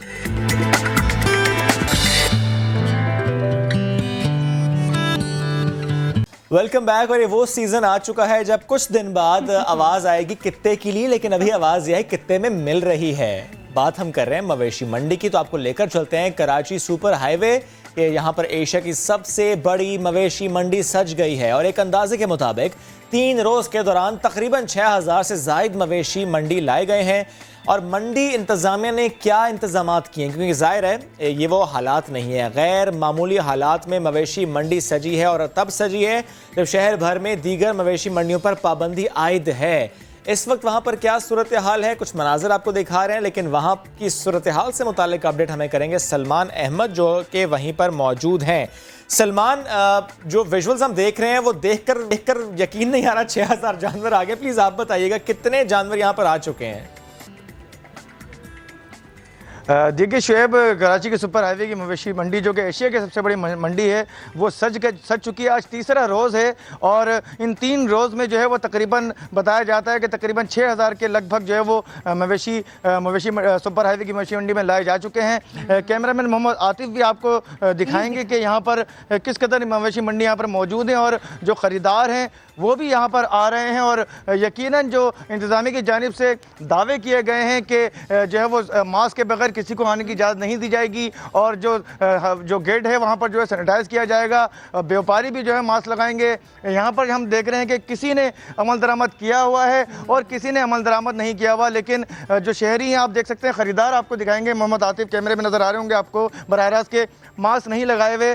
तो यकीनन ये इंतज़ामिया की जिम्मेदारी बनती है, जो कि अभी तक जब अभी सिर्फ 6,000 जानवर आए हैं तो इस पर अमल दरामद नहीं हो रहा। तो यकीनन जब ये मंडी तकरीबन 1,000 एकड़ पर जब मुकम्मल तौर पर भर जाएगी तो उस वक्त अमल दरामद कैसे कराएंगे? सलमान, एक बात बताइए, जब जो एंट्री पॉइंट्स हैं उसके ऊपर कहा था कि वहां पर ये देखा जाएगा कि कितने लोग एंटर हो रहे हैं, सौदा बनने जा रहा है तो वो कितने लोग अंदर एंटर होके जा रहे हैं, व्यापारी अलग और जो खरीदार आ रहे हैं वो अलग। बिल्कुल इस सब का आदादोशुमार भी इसके रखे जाएंगे और फिर उनको वहीं से चेक किया जाएगा, फिर ये देखा जाएगा कि वो अंदर कितनी देर के लिए जाते हैं और फिर जल्दी जल्दी से वहाँ से वापस भी आते हैं। तो ये बताइए कि वो जिन एंट्री पॉइंट्स के ऊपर इतना इन्हिसार था वहाँ पर क्या है सिचुएशन सारी की सारी? देखिए किरण, एंट्री पॉइंट पे हर साल देखा जाता है कि इंतज़ामिया के लोग भी होते हैं और जो दिगर जो लोग होते हैं उनको भी यहाँ पर तैनात किया जाता है ताकि लोग जो है वो सिर्फ जो ख़रीदारी आ रहे हैं उनको अंदर आने की इजाज़त दी जाए। लेकिन क्योंकि अभी मंडी का आगाज़ है और तकरीबन 6,000 के लगभग जानवर आए, तो अभी तो इस तरह से लोग यहाँ पर नहीं आए। लेकिन यकीनन जो इंतज़ामिया है, मंडी इंतज़ामिया, उसके लिए एक कड़ा इम्तहान है इस बार, क्योंकि इस बार नॉर्मल से बिल्कुल मुख्तलिफ हालात हैं कोरोना वायरस से, जिसके SOPs पर भी अमल दरामद होना है। इंतज़ामिया की जानिब से ये दावे ज़रूर किए जा रहे हैं कि जो इंस्टॉल जो लगाएंगे यहाँ पर, अगर उन्होंने SOPs पर अमल दरामद नहीं किया गया तो इनको निकाल बाहर किया जाएगा। लेकिन जब 1,000 एकड़ का जो दावा है कि यहाँ पर मंडी सजेगी और जब ये मंडी वाकई 1,000 एकड़ पर जो है वो जानवर बड़ी तादाद में यहाँ पर आ गए और व्यापारी और खरीदार भी जब यहाँ पर नजर आएंगे तो यकीनन जो कराची के ताजिर हैं, जब उन्होंने कहा था कि हम SOPs फॉलो कराएंगे, हमें मार्केट्स खोलने की इजाजत दीजिए, और दूसरे दिन उन्होंने कहा कि देखिए अब ये तो नहीं हो सकता कि सारा का सारा काम हम कर लें,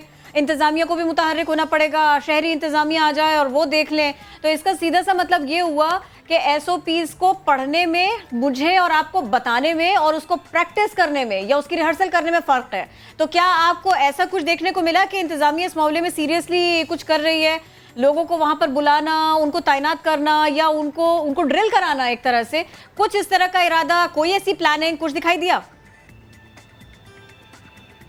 किरण देखिए, जब मार्केट्स जो ओपन की गई थी SOPs के तहत, तो वहाँ पर हमने देखा क्योंकि दुकानें तो इतनी ज़्यादा बड़ी तादाद में थी भी नहीं, वहाँ पर अमल दरामद नहीं हो सका। तो आप खुद सोचें, जब 1,000 एकड़ पर यहाँ पर बड़ी तादाद में जानवर होंगे, व्यापारी होंगे, ख़रीदार बड़ी तादाद में आएंगे, तो किस तरह पॉसिबल है कि यहाँ की जो इंतज़ामिया है वो एक को जो है वो तैनात कर सकेगी, कितने बंदे रखे गए यहाँ पर जो देख सकें। को इस बात का मुजाहरा करना होगा कि उनको कितना ख्याल है अपनी सेहत का, अपने प्यारों की सेहत का, उनको कितनी मालूमात है, सही मालूमात है कोरोना से जुड़ी। ये तो अब बड़ी जिम्मेदारी उनके अपने ऊपर भी है, क्योंकि हमने मुख्तलिफ शहरों में देखा कि अगर इंतजामिया कोशिश भी कर रही है कि वो SOPs को फॉलो करें तो शहरी नहीं कर रहे थे। यहाँ तो करना पड़ेगा।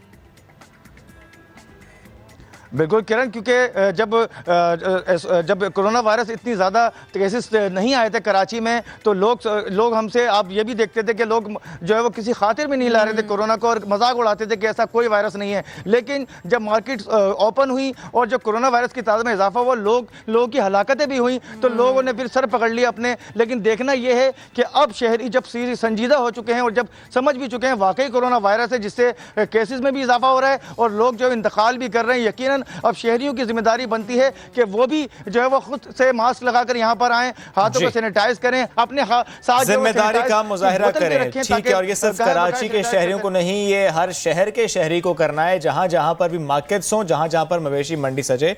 आपने अपडेट किया कराची की मवेशी मंडी से, बेहद शुक्रिया सलमान। फैसलाबाद वाले भी ये सोच रहे हैं कि क्या वहां पर मंडी सजेगी और व्यापारियों की इस साल क्या उम्मीदें हैं, ये हमें बताएंगे हमारे नुमाइंदे यूसुफ चीमा अपनी इस रिपोर्ट में।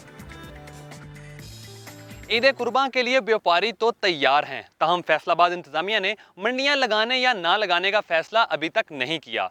साल भर जानवरों को पालने वाले व्यापारी क्या कहते हैं, आइए इन्हीं से जानते हैं।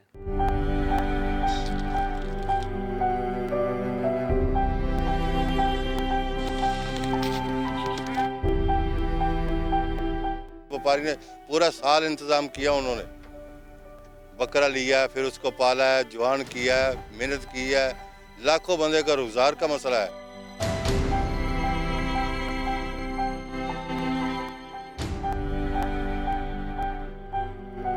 इजाजत है हमको मंडी खोलने की, हम कुर्बानी वाला माल मंगाए, इधर बेचें, इधर बेचेगा तो हर आदमी को फायदा होएगा ना, खाली गवर्नमेंट को फायदा नहीं, हर आदमी को फायदा होएगा। इसी सीज़न पे हमारा होता है कि इनके पूरे साल में हमने इसी में यानी कमाना है और सारा साल में इसी जगह पे हमने फारिग हम लोगों ने बैठना है। तो हुकूमत को चाहिए कि हमारा इस बात में साथ दें हमारे साथ। हाँ, एहतियाती तदाबीर जो भी हैं उन पे अमल करना हमारा फ़र्ज़ है, हम करेंगे इंशाल्लाह ताला। मंडी ना लगी तो गरीब आदमी ज़्यादा मरेगा, बच्चों की शादियाँ रह जाएंगी, ठीक है ना, बच्चियों के मुस्तकबिल के बारे में सोचना होता है, सारा साल मेहनत करनी होती है, बकरे पालने होते हैं, ये ज़्यादातर बच्चे ही पालते हैं। व्यापारियों की बड़ी ईद से बड़ी उम्मीदें जुड़ी होती हैं। कहते हैं अगर हुकूमत इजाज़त दे तो SOPs के मुताबिक काम करके साल भर की बच्चों की रोटी रोज़ी इकट्ठी कर सकते हैं। कैमरामैन रिजवान साबरी के साथ यूसुफ चीमा, समा, फैसलाबाद। तो जनाब वापस आते हैं एशिया की सबसे बड़ी मवेशी मंडी की बात करते हैं। कुर्बानी के लिए इस साल कितने जानवर लाए जा रहे हैं और सबसे बड़ा कंसर्न SOPs तय कर ली गई हैं, किस तरह से उन सब का ध्यान रखा जाएगा और कितनी इस सिलसिले में तैयारी कर ली गई है? सिर्फ और सिर्फ एक दूसरे को आगाह किया गया, मटेरियल दिया गया है या फिर कुछ प्रैक्टिस भी कर रहे हैं? ये सब कुछ जानेंगे। तर्जुमान मवेशी मंडी यावर रज़ा साहब हमको ज्वाइन कर रहे हैं। वेलकम टू नया दिन सर, कैसे हैं आप? अस्सलाम वालेकुम जी, समा का बहुत शुक्रिया कि आज बड़ी डिटेल आपने डिस्कशन की इसके ऊपर, मंडी के ऊपर।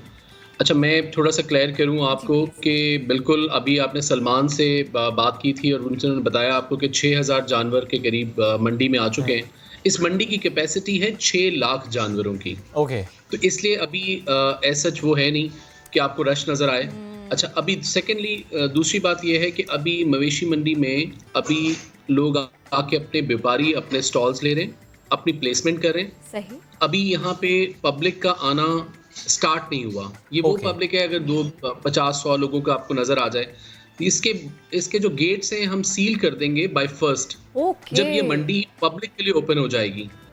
तो अभी तो इस 1000 एकड़ में इज नॉट मोर देन कोई 10 एकड़ के ऊपर भी जानवर नहीं पहुंचे। 1000 एकड़ और 6 लाख जानवरों की कैपेसिटी वाली मंडी जो इस कराची शहर की जरूरत थी सुन्नत इब्राहिमी के लिए, जो प्रोवाइड करना रियासत की जिम्मेदारी थी। और आप समझते हैं कि ये बहुत सख्त डिसीजन है, ये आपको खुद आप जानते हैं इस बात को कि ये करना रियासत की जिम्मेदारी थी, इसलिए कर दिया। अब आवाम की अपनी जिम्मेदारी है, हमें उनको गाइड करना है। इन बॉर्डर्स को, इनके दरवाजों को सील करके शहर में ये काम नहीं हो सकता था, इसलिए शहर से बाहर एक 30 किलोमीटर दूर आप क्लोज बाउंड्री के अंदर ये मंडी लगा के वहां अपनी कुछ SOPs इंप्लीमेंट करा सकते हैं। SOPs, मैं आपकी बात से मुत्तफिक हूं, बहुत सारी SOPs हैं, हमें इंप्लीमेंट कराना है। हम पूरी कोशिश करें। मीडिया इस वक्त, सलमान भी फ्रंट लाइन पे खड़े होके अपनी जान की परवाह किए बगैर, सिर्फ आप भी यहाँ बैठे हुए स्टूडियो में सिर्फ लोगों को गाइड कर रहे हैं हम लोग। हमने इसमें अगर कोई व्यापारी SOPs पे अमल नहीं करता 1st के बाद से, क्योंकि 1st को सील हो जाएगी, इनको जगहें इनकी हो जाएंगी, ये पैक हो जाएंगे, अपनी अपनी प्लेसमेंट पे आ जाएंगे। अभी तो इनको जगहें एलोकेट की जा रही है, अब तो ये अपने स्टॉल्स बुक कर रहे हैं, इनकी जगहों की डिमार्केशन करके इनको जगहें दी जा रही हैं। फिर इसी तरह से पब्लिक के लिए भी उसी तरह स्ट्रांग हो जाएंगी। जो नहीं करेगा इम्प्लीमेंट, उसको मंडी से बाहर निकाल दिया जाएगा, सख्त एक्शन होगा। ठीक सर, ये बताइएगा, मुख्तलिफ शहरों से व्यापारी जानवर लेकर आते हैं, एंट्री पॉइंट्स पर कुछ चेक किया जा रहा है, यानी थर्मल स्कैनर या थर्मल चेकिंग हो रही है जो व्यापारी आ रहे हैं या नहीं हो रहा? मैं व्यापारियों की बात कर रहा हूँ। जी। जानवरों के लिए तो जो व्यापारी इनको माल को लेकर आ रहे हैं, उनको हम एक तो वैसे ही इसमें ये कहना गलत होगा कि हुकूमत साथ नहीं है, हुकूमत का ही डिसीजन है और हुकूमत ही इसमें इंटरफेयर कर रही है। तमाम वेट डॉक्टर्स के काउंटर्स पहले से गवर्नमेंट ने लगवा दिए हैं। हम जितना जानवर आ रहा है उसको सैनिटाइज करवा रहे हैं। हमने इंसानों के लिए अलग से सैनिटाइजेशन गेट्स हैं, इसके कोई 60-70 जगहों पे सैनिटाइजेशन वॉक थ्रू गेट्स लगाए जा रहे हैं। तो जब आप ये, क्योंकि आप मंडी में शुरू से साथ हैं, पहला जानवर आया था तो समा यहाँ पे मौजूद था। आज अगर 6000 जानवर हो चुके हैं तो समा यहाँ मौजूद है और समा इंशाल्लाह हमारे साथ होगा और हम पब्लिक को इस कोविड से बचाने के लिए सब काम करेंगे, हर काम करेंगे अपने पूरी लिमिट्स पे। सर देखिए, व्यापारियों के लिए भी आप लोगों ने सोच के रखा है किस तरह से SOPs को इम्प्लीमेंट कराएंगे और आगे क्या करेंगे। देखिए अब जैसे कि हम इसको कह भी चुके हैं कि अब देखिए शहरियों की भी जिम्मेदारी है। सर होता ये है कि एक जानवर लेने के लिए बहुत सारे लोग आ जाते हैं, वो सौदा कैसे होगा, फिर ये नहीं, अगला, उसके अगला, फिर उसके अगला, वो रश का बायस बनता है और फिर उसके बाद में टाइम भी सर उसी में सबसे ज़्यादा कंज्यूम हो रहा होता है। अब ये बताइए कि इस सिचुएशन को कैसे कैटर करेंगे कि जो शख्स अंदर गया है वो वापस भी आ जाए और टाइमली आ जाए ताकि रश नहीं लगे और आप लोग क्राउड को मैनेज भी कर सके। अच्छा, मैं आपको बताऊँ, ये अगर काम हम अगर मंडी कोई शहर में लग रही होती तो शायद बहुत मसला हो जाता। अभी 30-35 किलोमीटर शहर से दूर जब पब्लिक आती है और हमने 1000 एकड़ पे लगाने की, इस दफा हम कम जगह पे लगा सकते थे, लेकिन हमने इसको और स्प्रेड आउट किया कि पब्लिक कम होगी, हमने लोगों को रोकना है बच्चों, बूढ़ों, औरतों को रोकना है, फैमिलीज को रोकना है। आप नहीं ला सकते, आपको शर्मिंदगी होगी जब आपको वापस जाना पड़ेगा कि आपके साथ बच्चे हैं, आप अंदर नहीं जा सकते। हम पूरा जोर हमारा ये है कि पब्लिक कम हो, लेकिन हमने जगह की कैपेसिटी पिछले साल 800 एकड़ पे थी, इस दफा 1000 एकड़ पे, ताकि स्प्रेड आउट करो इसको। ये जगह जितनी खुली होगी उतना लोगों का रश हमें कम मिलेगा, सोशल डिस्टेंसिंग ऑटो पे चली जाएगी। आप दोबारा से ये बात प्लीज रिपीट कर सकते हैं? ये जो बच्चे नहीं आ सकते, बुजुर्ग नहीं आ सकते, फैमिलीज नहीं आ सकती, कोई एज ब्रैकेट रखी है कि इस एज से ऊपर कोई शख्स नहीं आ सकता और खवातीन नहीं आ सकती? इस साल की एज लिमिट है 15 से 50 साल। 15 साल से कम बच्चों को आप नहीं ला सकते। अच्छा, अब पहले हमने देखिए, इसमें बहुत इस दफा कोविड की वजह से ये बहुत डिफरेंट मंडी है। आप इतनी बड़ी पब्लिक को केटर कर रहे हैं जिसमें रोज के आपको पता है कि 20-25 हज़ार लोगों का टर्नआउट होना है, जिसमें आपको पता है 6 लाख जानवरों की खरीदारी होनी है। 6 नहीं होंगी, कम से कम 4.5 लाख तो पिछले साल का टर्नआउट है, उसको होना ही होना है। तो इस सिनेरियो के अंदर आपने कहा कि 15 से 50 साल के लोग आ सकते हैं, उससे ऊपर नहीं आ सकते। फैमिलीज नॉट अलाउड कि आप यहाँ पे कोई फेस्टिविटी माहौल में आए। हमने फूड स्ट्रीट को बिल्कुल सील कर दिया कि भाई आप सिर्फ जो लोग यहाँ पे एडमिनिस्ट्रेशन के, जो यहाँ पे व्यापारी, वो पैक्ड फूड ले सकते हैं। आप खुले खाने यहाँ पे बैठ के, और यहाँ पे कोई आपका फेस्टिविटी का आंसर नहीं। असल में शहर कराची में फेस्टिविटी वैसे ही नहीं होती थी, और फिर इस तरह के ओकेजन्स लगते थे तो सब लोग फैमिलीज वहाँ आ जाते थे। लेकिन और अभी मैं सलमान की बात से, आपकी टीम यहाँ मौजूद है, कि यहाँ पे कुछ लोग हैं जिनको आपको रिगार्ड करना चाहिए कि वो मास्क लगा रहे हैं। आज वो समझते हैं इस कोविड की हकीकत को, क्योंकि उन्होंने अपने घरों से या अपने अजीज़ व अकारिब में देखा है लाशों का उठना, मैयतों का उठना। तो अभी वो लोग, उनको हम उनका शुक्रिया अदा करते हैं, और जो लोग नहीं कर रहे उनसे हम अपील करते हैं कि प्लीज यूज मास्क। ये बहुत जरूरी है इस वक्त, ये अपील है बिल्कुल हमारी, आपकी भी, हमारी भी। और हम तो रोजाना इस प्लेटफॉर्म से यही बात करते हैं कि ये जो प्रिकॉशंस हैं ये बहुत ज़रूरी हैं। सर ये बताइएगा, लास्ट ईयर कुछ शिकायत भी मौसूल हुई थी। एक तो ये कि जो व्यापारी थे वो कहते थे कि जो पानी के ड्रम्स मिल रहे हैं वो उस तरीके से नहीं मिल रहे जितनी उनकी रिक्वायरमेंट है। कुछ सिक्योरिटी के मसाइल भी थे। लास्ट ईयर तो बारिश हुई, उसके बाद भी हमने देखा कि मंडी की क्या सिचुएशन थी। आई डोंट नो कि इस दफ़ा बारिश का अभी क्या फोरकास्ट है, बट ये सारी चीजें मद्देनजर रखते हुए चीजें बेहतर की गई हैं। जी बिल्कुल। अच्छा, मैं आपको थोड़ा सा बताऊं, आखिरी से शुरू कर लेता हूं। जैसे आपने बारिश की बात की, तो हमने प्रॉपर ड्रेनेज के चैनल्स बनवा दिए हैं। ठीक है। कल भी टीम आपकी मौजूद थी, मैंने उनके साथ विजिट भी किया, चैनल्स दिखाए कि हमने ये चैनल्स पहले से बना दी। फिर मैं थर्डली फिर अपनी आवाम को फिर रिक्वेस्ट करेंगे कि इस दफ़ा इतना ज़रूरी मत समझें। 3 दिन की फोरकास्ट है, वेदर फोरकास्ट, जिसके अंदर बारिश के बहुत ज़्यादा चांसेस हैं, जो कि मेरी रिक्वेस्ट होगी कि उन बारिश के दिनों में मंडी तशरीफ मत लाएं। बहुत शुक्रिया सर, आप हमारे साथ थे। तो जैसे जैसे बातें जाएंगे हमारी रिपोर्टिंग टीम भी रहेगी और हम इस पर बात भी करते रहेंगे। ज़रा जल्दी से आगे बढ़ते हैं। नया दिन के नाजरीन को याद होगा कुछ प्राइवेट हॉस्पिटल्स की बात की गई थी जो भारी फीस चार्ज करते हैं, लाखों रुपए ले लेते हैं। ऐसी खबरें हमने आपको दी थी। मुसलसल इस मामले पर नज़र रखे हुए हैं, हुकूमत की तवज्जो हम इस सिलसिले में दिला चुके हैं। आज हम आपको एक बड़ी प्यारी सी अच्छी सी काविश के बारे में बताएंगे जो कि आसान नहीं था, लेकिन वक्त की ज़रूरत और नेकी के जज्बे को देखते हुए इसको किया गया है। कराची में कोरोना वायरस के मरीजों के लिए पहला फ्री प्राइवेट हॉस्पिटल कायम किया गया है। यहाँ पर टेस्ट से लेकर मुकम्मल इलाज तक कोरोना मरीजों को मुफ्त में सारी की सारी सहूलियात दी जाएंगी। कोई लंबा चौड़ा बिल नहीं थमाया जाएगा। तो इस सब के पीछे कौन है? मारूफ समाजी रहनुमा हुनैद लाखानी। उनकी बड़ी कोशिश है, बड़ी एफर्ट है, तो हम इस सिलसिले में उनसे ही बात कर लेते हैं। अस्सलाम वालेकुम, कैसे हैं आप? वेलकम टू नया दिन। ये फरमाइएगा, ऑपरेशनल हो गया है ये हॉस्पिटल या अभी कुछ काम बाकी है? नहीं, ऑलमोस्ट तैयार हो गया है, सारी चीजें रेडी हैं। बस सिंध हेल्थ केयर कमीशन का एक लेटर आना रह गया है जिसमें गो हेड होगा एंड देन हम पेशेंट्स को एडमिट कर सकते। कैपेसिटी कब तक होगा सर, वो भी बता दीजिएगा, थोड़ा सा टाइम अगर आप बता सके। मेरे ख्याल में तो 1-2 दिन से ज्यादा का काम नहीं है हेल्थ केयर कमीशन का।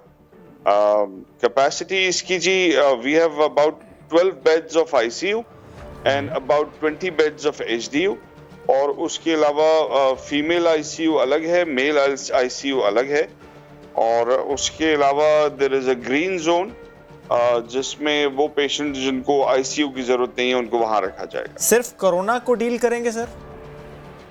जी, इस हॉस्पिटल में तो खैर ओपीडीज बहुत सारी किस्मों की हैं। ओके।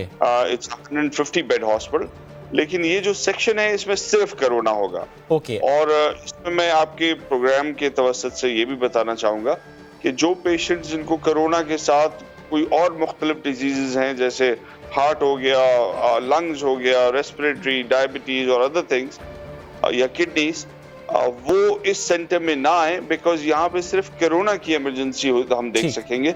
कोरोना के अलावा किसी को अगर अपने हार्ट के या डिफरेंट इश्यूज पे जाना है तो वो रिस्पेक्टिव हॉस्पिटल में जाए जो इनको डील करते हैं। सर, वेंटिलेटर से मुतालिक ज़ाहिर है जब से कोरोना आया हम लोग बात करते आए कि वेंटिलेटर्स की पाकिस्तान में कमी है। इस हॉस्पिटल में कितने वेंटिलेटर्स आप लोगों के पास हैं और क्या आपका टारगेट है कि ज़ाहिर है आपने बढ़ाने भी होंगे और वेंटिलेटर्स भी आप लोग प्रोक्योर करने की कोशिश कर रहे होंगे? हमारे पास इस वक्त 6 वेंटिलेटर्स मौजूद हैं और दूसरे 6 जो हैं वो इन द पाइपलाइन है। सो 12 वेंटिलेटर्स से हमारा स्टार्ट हो जाएगा ये इंशाल्लाह नेक्स्ट 1-2 दिन में। लेकिन और भी अगर जरूरत पड़े तो वेंटिलेटर्स की कमी नहीं है। ओके। बेसिकली वेंटिलेटर्स से ज्यादा ऑक्सीजन की जरूरत होती है। ऑक्सीजन जो है वो ज्यादातर सेंटर्स में पाकिस्तान में इस वक्त कम मिल रही है। I don't know why there's a shortage of oxygen. Demand ज़्यादा है, maybe that is the reason. जितनी भी ज्यादा हो ऑक्सीजन पे तो कोई इतना बड़ा कोई इंपोर्ट तो होती नहीं है। सर, ये समझने के लिए हम ये एग्जांपल कोट कर देते हैं, वो जो 17 रुपए का एक इंजेक्शन मिलता था डेक्सामेथासोन, वो मार्केट से गायब हो गया। तो what to talk about oxygen cylinder now. ये हमारा रवैया सर, जिस चीज़ के बारे में हम देखते हैं कि डिमांड ज़्यादा है वो मार्केट से गायब भी हो जाती है, फिर ब्लैक में फ़रोख्त होती है, प्राइस बढ़ जाती है। आपको तो नहीं ऐसे खरीदना पड़ी कोई चीज़ कि आपको ऑक्सीजन चाहिए या कोई मेडिसिन चाहिए और फिर उसके बाद में वो शॉर्ट है मार्केट से? सर, हमें ऑक्सीजन चाहिए और वो अभी तक हमें नहीं मिल सकी है। और कोरोना में सबसे ज्यादा ऑक्सीजन की जरूरत होती है। एक पेशेंट को आईसीयू के अंदर या वेंटिलेटर के अंदर 1 सिलेंडर के करीब ऑक्सीजन चाहिए होता है। सर, ऑक्सीजन बिल्कुल नहीं है आपके पास। दैट मींस कि अगर आप लोग ऑपरेशनल होते हैं और पेशेंट्स आते हैं तो you don't have oxygen cylinders. We are talking to Pakistan Oxygen, वो इंशाल्लाह ऑक्सीजन सिलेंडर्स की कमी नहीं है। अच्छा, सिर्फ ऑक्सीजन की कमी है। ओके। और ऑक्सीजन का जो टैंक है वो ये लोगों के पास कैपेसिटी नहीं है कि ये लाके दे सके। ये दिस इज अ मस्ट, तमाम हॉस्पिटल्स को प्रोवाइड करना ये जरूरी है। ना सिर्फ हुसैन लखानी हॉस्पिटल, और भी कोई हॉस्पिटल हो वहाँ पे भी ऑक्सीजन टाइमली पहुंचना चाहिए। ये तो असल दवा यही है पेशेंट के लिए। सर, अब थोड़ा सा स्टाफ से मुताल्लिक बता दें, कितने डॉक्टर्स अभी आपके पास हैं इस हॉस्पिटल में? आई थिंक टोटल इनकी जो मैकेनिज्म होता है वो ये कि 8:1 का रेशियो है। सो हमारे पास total number of staff and doctors and paramedics वो पूरा है।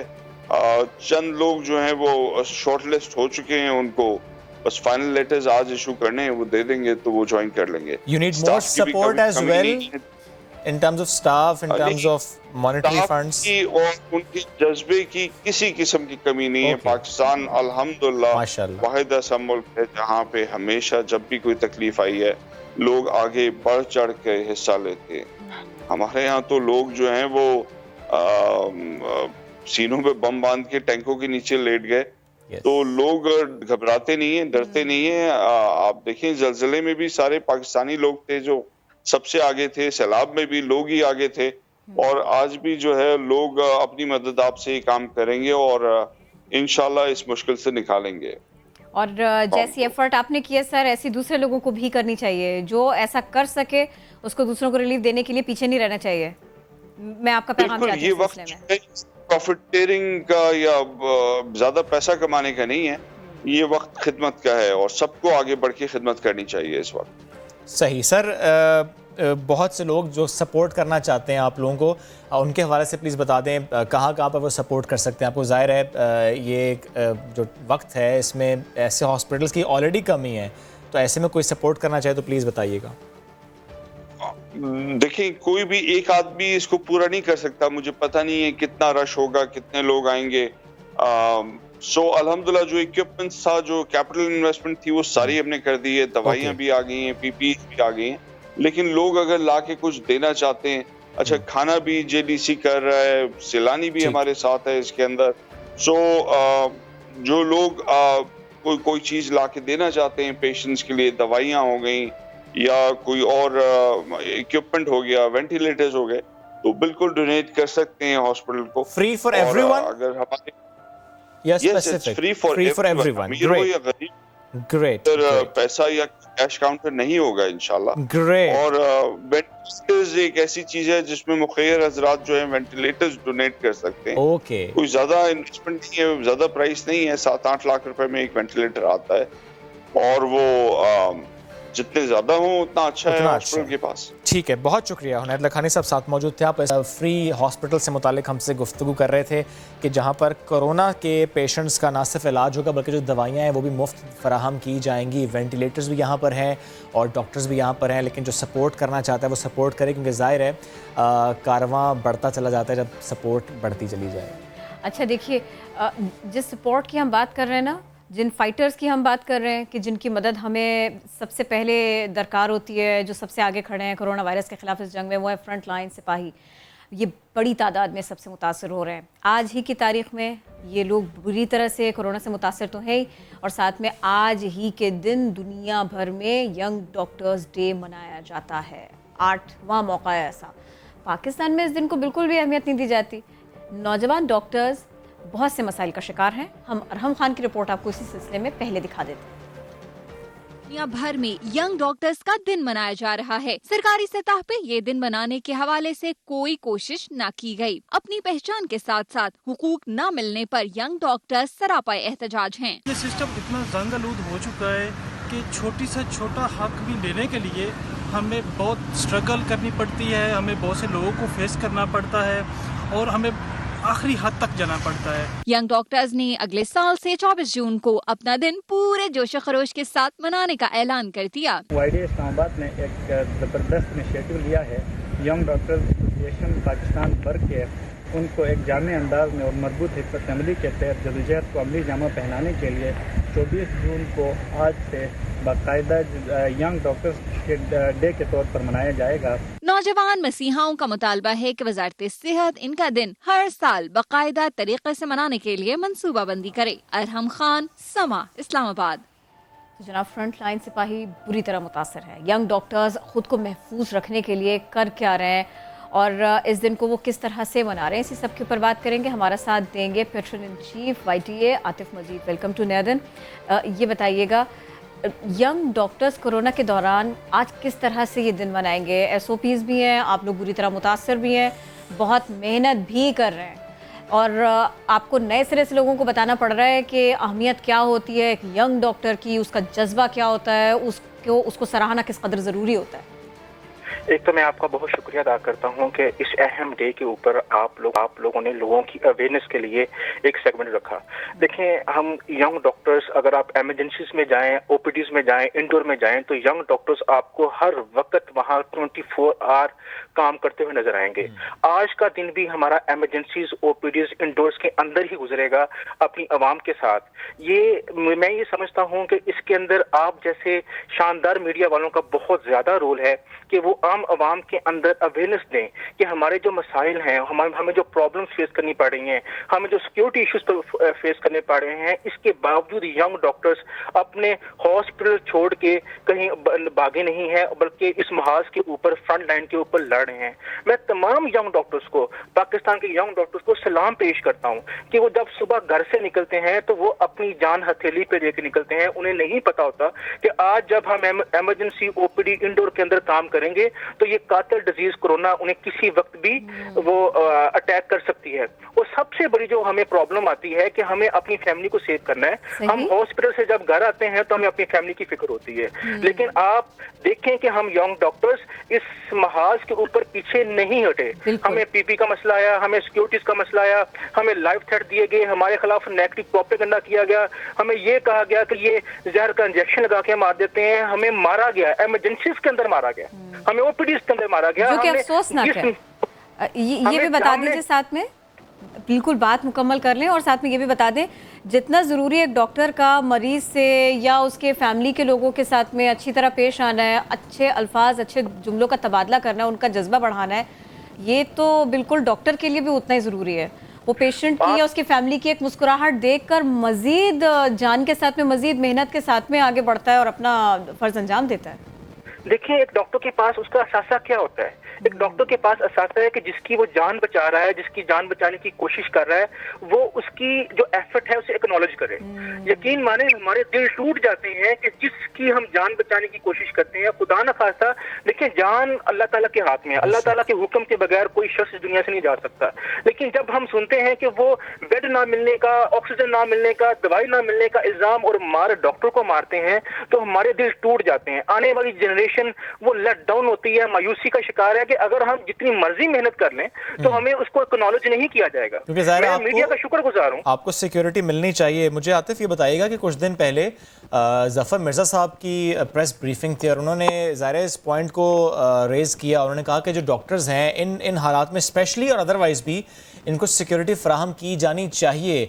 इस पर वाकई काम भी हो रहा है या वो सिर्फ बात की गई है उनकी तरफ से? देखें ब्रो, गवर्नमेंट का काम ये काम होना चाहिए वाला जुमला इस्तेमाल करना नहीं है। ये काम हमें और आपको करना चाहिए। हम ये और आप फरमाइश कर सकते हैं कि ये काम होना चाहिए। गवर्नमेंट के पास पावर है, लॉज है, उन्हें ये करके इसकी प्रेस कॉन्फ्रेंस करनी चाहिए कि हमने ये कर दिया है। कब करेंगे मुझे बताएं। 70 से ज्यादा डॉक्टर शहादत वो कर चुके हैं। हर रोज हम मार खा रहे हैं हॉस्पिटल्स के अंदर। तो ये सिक्योरिटी का इश्यूज कब सॉल्व करेंगे? ये आपने अच्छा पॉइंट रेज किया है कि करना चाहिए, उसके बाद बात करनी चाहिए। ठीक है आतिफ, आप साथ मौजूद थे और जो यंग डॉक्टर्स के मसाइल हैं उस हमसे गुफ्तगू कर रहे थे कि आज जब हम यंग डॉक्टर्स का दिन मना रहे हैं तो ज़ाहिर है हम उनके मसाइल की निशानदही कर रहे हैं जो कि गवर्नमेंट को बहरहाल उसको टैकल करना है। ये तो इन्होंने बड़ी जानी पहचानी सी बात कर दी। हम और आप भी रोज़ यही कहते हैं कि ये हम कर देंगे, ऐसा हो जाएगा और जल्द हो जाएगा। ये क्या होता है? करके दिखाएं काम को। ब्रेक लेके दिखाएं। ये लिए ब्रेक लेते हैं।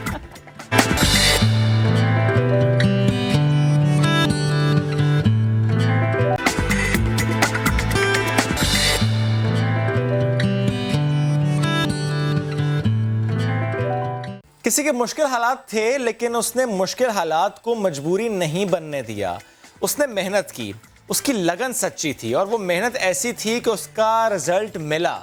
हम अक्सर बात करते हैं कि एक मयार है तालीम का, हम अक्सर बात करते हैं मयार है हर चीज़ का, लेकिन जब हम तैयारी की बात करते हैं, मेहनत की बात करते हैं, उसमें अगर जिक्र हो जाए सिविल सुपीरियर सर्विसेज का यानी CSS का, तो उसमें अक्सर हम ये सोचते हैं कि अच्छा वही कर पाएगा CSS जिसके पास वसाइल बहुत ज़्यादा होंगे, वही कर पाएगा जिसके पास ये सहूलत होगी कि वो अकेडमी जा सकता है, किसी माहिर उस्ताद की खिदमत ले सकता है। लेकिन किसी ने इसको गलत कर दिखाया। हम बात कर रहे हैं ज़ुहैब की। ज़ुहैब ने मुश्किल हालात में भी CSS का इम्तिहान दिया, माशाल्लाह वो पास हुए और उसके बाद जब एलोकेशन हुई, एग्जैक्टली एलोकेशन उनकी हुई है लैंड एंड रेवेन्यू डिपार्टमेंट में। तो हमने सोचा जुनी से हम बात करें, लाड़काना से इनका ताल्लुक है। ज़ुहैब बहुत शुक्रिया और साथ साथ बहुत बहुत मुबारकबाद आपको। ज़ुहैब, मैं जानना चाह रहा हूँ आपसे ये कि जब हम CSS से मुताल्लिक गुफ्तगू करते हैं तो हम ये सुनते आए कि अच्छा एक स्पेशल एकेडमी है, वहीं जाएंगे तो तैयारी कर पाएंगे। अच्छा वो टीचर है जो इंग्लिश एसए की तैयारी करवाएगा तो ही एसए हम पास कर पाएंगे, क्योंकि ज़्यादातर लोगों को डर एसए और प्रेसी का ही होता है। मुझे अपनी तैयारी से मुताल्लिक बताएं कि आपने तैयारी कैसे की थी? CSS इस तरह है कि आप अगर सही गाइडेंस नहीं है आपके पास तो आपके पास कुछ नहीं। आई थिंक सो कि अगर गाइडेंस आपके पास अच्छी मिल रही है, आपको अगर किसी उस्ताद से मिल रही है तो वो बहुत ज़्यादा ज़रूरी है for those people who have they are lacking in the skills in their English language, while those जो foreign graduate माशाल्लाह से उनके जो अच्छी मतलब इंस्टीट्यूशन से पढ़े हुए हैं उनको इतना ज़्यादा मसला नहीं आता, पर फिर भी वो भी लेते हैं। पर मैं एक बात कर रहा हूँ कि कैटेगरीज हो जाती हैं कि जब आप एक नीचे कम इंस्टीट्यूशन से आते हैं तो आपको उतना अपना उसमें स्ट्रगल पुट करनी पड़ती है, ज़्यादा मेहनत करनी पड़ती है। आपने ज़्यादा मेहनत भी की। आपके अब्बू की ख्वाहिश थी कि आप इतनी सारी मेहनत करें, उनको बिल्कुल विन करके दिखाएं, उनका दिल जीत लिया आपने इस तरह से? अल्लाह का शुक्र है, बस ये अचीव हो गया, बस अल्लाह ने दिया है। मेरी इसमें कोई भी नहीं है, इतना मैं नहीं समझता कि मैंने कोई बड़ा किया, पर अल्लाह ने इज्जत दी है मुझे, ऐसी कोई मसला नहीं है। अगर नहीं होता तो मेरे पास क्या होता बस अल्लाह ने इज्जत रख ली। माशाल्लाह माशाल्लाह, अल्लाह और इज्जत दे कि बस बंदे को अपने पास जो उसको काम मिला हुआ उस पर डटे रहना चाहिए। बस ये होता था बाबा को पे बैक करना है, बस ये दिमाग में चीज़ घूमती रहती थी, क्योंकि मैं अपने बाबा के साथ बहुत ज़्यादा देर तक नहीं रहा था। जब उनकी तबीयत ख़राब होती रहती थी तो मेरे भाई उनकी खिदमत करते रहते। तो I think so that was the real encouragement behind that I have to pay back my family in the way they have provided me support all through my journey. So ये चीजें जो थी ना, एक मतलब इरिटेट कर, मतलब वो ट्रिगर करती रहती थी अंदर से, तो वो चीजें बस मुझे आगे लेकर चली और कुछ नहीं। और ये बताइए कि फैमिली में और किस किस का कितना सपोर्ट रहा, और आप किसी को तंग भी करते रहे इस सारी स्ट्रगल में, या आपने कहा नहीं सारा प्रेशर मैं खुद ही बेयर कर लूंगा, मुझे ही अचीव करना है अपना टारगेट सारे का सारा? नो डाउट फैमिली के सपोर्ट को मैं बहुत ज़्यादा अप्रिशिएट करता हूँ। उन्होंने बहुत ज़्यादा मुझे हर मोड पे मेरा साथ दिया। मैं फेल हुआ, बहुत दफ़ा फेल हुआ। इस तरह नहीं है कि मैंने टेस्ट दिए और मैं पास हो गया हूँ। इतनी दफ़ा मैं फेल हुआ हूँ, मुझे खुद को शर्म आती है। मसला नहीं, सेकंड अटेम्प्ट थी ये तो मेरी सीएस में। वैसे मैं जनरली टेस्ट जितनी भी देता था मैं फेल हो जाता था, तो वो मेरा भाई मुझे मतलब फिर भी इनकरेज करता रहता था। तो ये नहीं है कि भाई आप पास हो जाते हैं, मतलब अब तो वो सारे फेलियर्स भूल जाइए, क्योंकि ये जो आपने अचीवमेंट ली है इसके बाद तो बाकी सारी नाकामियां गई, वो तो गायब हो गई, डिलीट हो गई। तो जाहिर है इंसान सोचता ज़रूर है कि जब सपोर्ट इतनी ज़्यादा ना हो तो फिर कैसे आप आगे बढ़ते हैं, लेकिन उन्होंने बड़ा अच्छा बताया कि एक दोस्त ने उनको गाइडेंस दी और फिर आपने अकेडमी ज्वाइन की। मैं चाह रहा हूँ ज़रा प्लीज़ अपनी कंटिन्यू कीजिएगा अकेडमी का सफ़र भी। अच्छा, फिर एकेडमी के बाद जो है मैंने ट्यूशन ली पैसे की, और पैसे की सर मुरीद हुसैन जसरा साहब से। उन्होंने बहुत अच्छा मुझे गाइड किया, जहाँ जहाँ मैं लैग करता था उन्हें मुझे अपनी फ्लॉज बताए कि आप यहाँ लैग कर रहे हैं। इसी तरह से दूसरे जो दोस्त मेरे साथ तैयारी कर रहे थे उनकी बहुत ज़्यादा मेरे साथ मतलब support, encouragement at the same time. And जहाँ भी मैं लैग करता था या कोई चीज़ मुझे समझ नहीं आती थी, they help me a lot. बहुत शुक्रिया, साथ मौजूद थे आप, और वाकई आप भी एक मोटिवेशनल स्टोरी हैं। बहुत अच्छा लगा आपसे गुफ्तगू करके। अब एक ब्रेक लेते हैं, बल्कि ब्रेक लेने से पहले, क्योंकि किरण बहुत से मौजूद बाकी मैं सुनो ब्रेक ना लें, क्या कहती हैं आप? मैं आपके साथ हूं, मैं मुत्तफिक हूं। क्या बात है, क्या एक पेज पे आ चुके हैं हम लोग। अच्छा जी, विटामिन डी से मुतालिक तो हमने कल बात की थी, आज हम सोच रहे थे जी एक पेज ना, मैं और आप तो आए, लेकिन जिनको होना चाहिए वो नहीं है। मैं पीटीआई की बात कर रही हूँ। ठीक है, पीटीआई में क्या चल रहा है, किसने किसकी छुट्टी कराई, फवाद चौधरी की गुफ्तगू ने हलचल मचाई। आज हम शाह महमूद कुरैशी साहब से बात कर रहे थे, तो उन्होंने कहा कि मैं इस सब के ऊपर कमेंट नहीं करना चाहूँगा। मेरे ख्याल से वज़ीर आज़म भी ये बिल्कुल नहीं चाहेंगे। लेकिन अगर हम बात करें चौहान साहब की, तो वो बिल्कुल खामोश नहीं है, बिल्कुल खामोश नहीं है। वो तो बहुत नाराज़ है, बहुत बरहम है, और वो इस सब का इजहार भी कर रहे हैं। तो हम इसी मौजू के ऊपर उनसे बात करेंगे, उनको वेलकम करेंगे। ये फरमाइएगा चौहान साहब, पीटीआई में इख्तलाफात तो थे, बहुत सी खबरें हमने सुन ली थी। अब एक सीनियर वज़ीर ये इंकशाफ करें कि जी जहांगीर तरीन, असद उमर, शाह महमूद कुरैशी ये तो लड़ रहे हैं। आप नहीं समझते ऐसे बयानात से नुकसान पहुंचता है पार्टी को? आपने मेरी वाली बात खुद कर दी। फवाद चौधरी साहब ने अपनी ज़िंदगी की सबसे बड़ी चवल मारी है, सबसे बड़ी चवल, और ये मुसलसल पिछले 2 साल से ये हरकतें कर रहे हैं। मैंने एक आध दफ़ा दबे दबे लफ्ज़ों में जनाब इनको समझाया था, लेकिन मैं ये समझता हूँ अब की बार जो इन्होंने वॉइस ऑफ अमेरिका को फ़ोन जनाब इंटरव्यू दिया है, इन्होंने अपनी इंटेग्रिटी का भी सत्यानाश और बेड़ा गर्क किया। इन्होंने साबित किया कि ये इनडिसिप्लिन्ड आदमी हैं, गैर जिम्मेदार आदमी हैं और इर्रेस्पॉन्सिबल आदमी हैं। अगर इनको इतने ज़्यादा पार्टी के हवाले से चीज़ें हैं तो मैं इनको एडवाइस करूँगा कि ये अपनी वजारत से और कौमी असम्बली की नशस्त से इस्तीफ़ा दे दें, क्योंकि जिस पीटीआई के प्लेटफार्म से ये मुंतखब हुए हैं, जिस क़यादत के नाम पर इन्होंने वोट हासिल किया है, वज़ीर आज़म पाकिस्तान इमरान खान साहब, अगर ये समझते हैं कि वो अपनी टीम ठीक नहीं बना सके, उन्होंने काम नहीं किया, और इस तरह ओपनली और ब्लंटली ये 20 दफ़ा इस तरह की हरकतें कर चुके हैं। मैंने इनको जनाब पहले मैंने इनको इतना ज़्यादा अहमियत नहीं दी और एक पार्टी डिसिप्लिन के तहत मैं खामोश रहा, लेकिन अब एनफ इज़ एनफ, इन्होंने हद कर दी है। मैं ये समझता हूँ कि फवाद चौधरी साहब को वजारत से भी और कौमी असम्बली की नशस्त से भी रिज़ाइन कर देना चाहिए अगर वो सेटिस्फाई नहीं है। बहुत बड़ा अरस्तू और सुकरात और जाली न्यूज़ बनने की नाकाम कोशिश मत करें।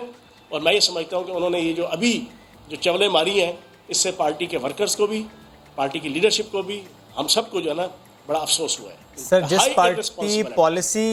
जिस पार्टी पॉलिसी की बात आप कर रहे हैं, एथिक्स की बात भी ज़ाहिर है अब हम सुनते आए हैं वज़रा की तरफ से, पाकिस्तान तहरीक इंसाफ रहनुमाओं की तरफ से, जिन अल्फाज का इंतखाब आपने किया ये भी पार्टी पॉलिसी से मुतसादिम है। एनीवेज सर, मुझे एक और बात पे कमेंट कर दीजिएगा।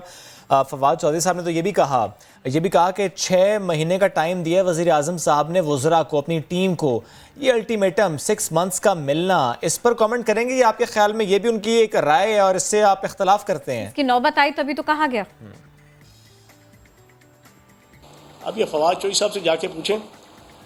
मैं तो हैरान हूँ, शायद फवाद चौधरी साहब अपनी घर की बातें भी जना इसी तरह जना वो मीडिया पे आके करते हैं, इसी तरह दोस्तों यारों में आके जनाब घर की बातें भी जना ये इसी तरह ओपन और डिस्क्लोज करते हैं। एक डिसिप्लिन्ड एटीट्यूड होता है।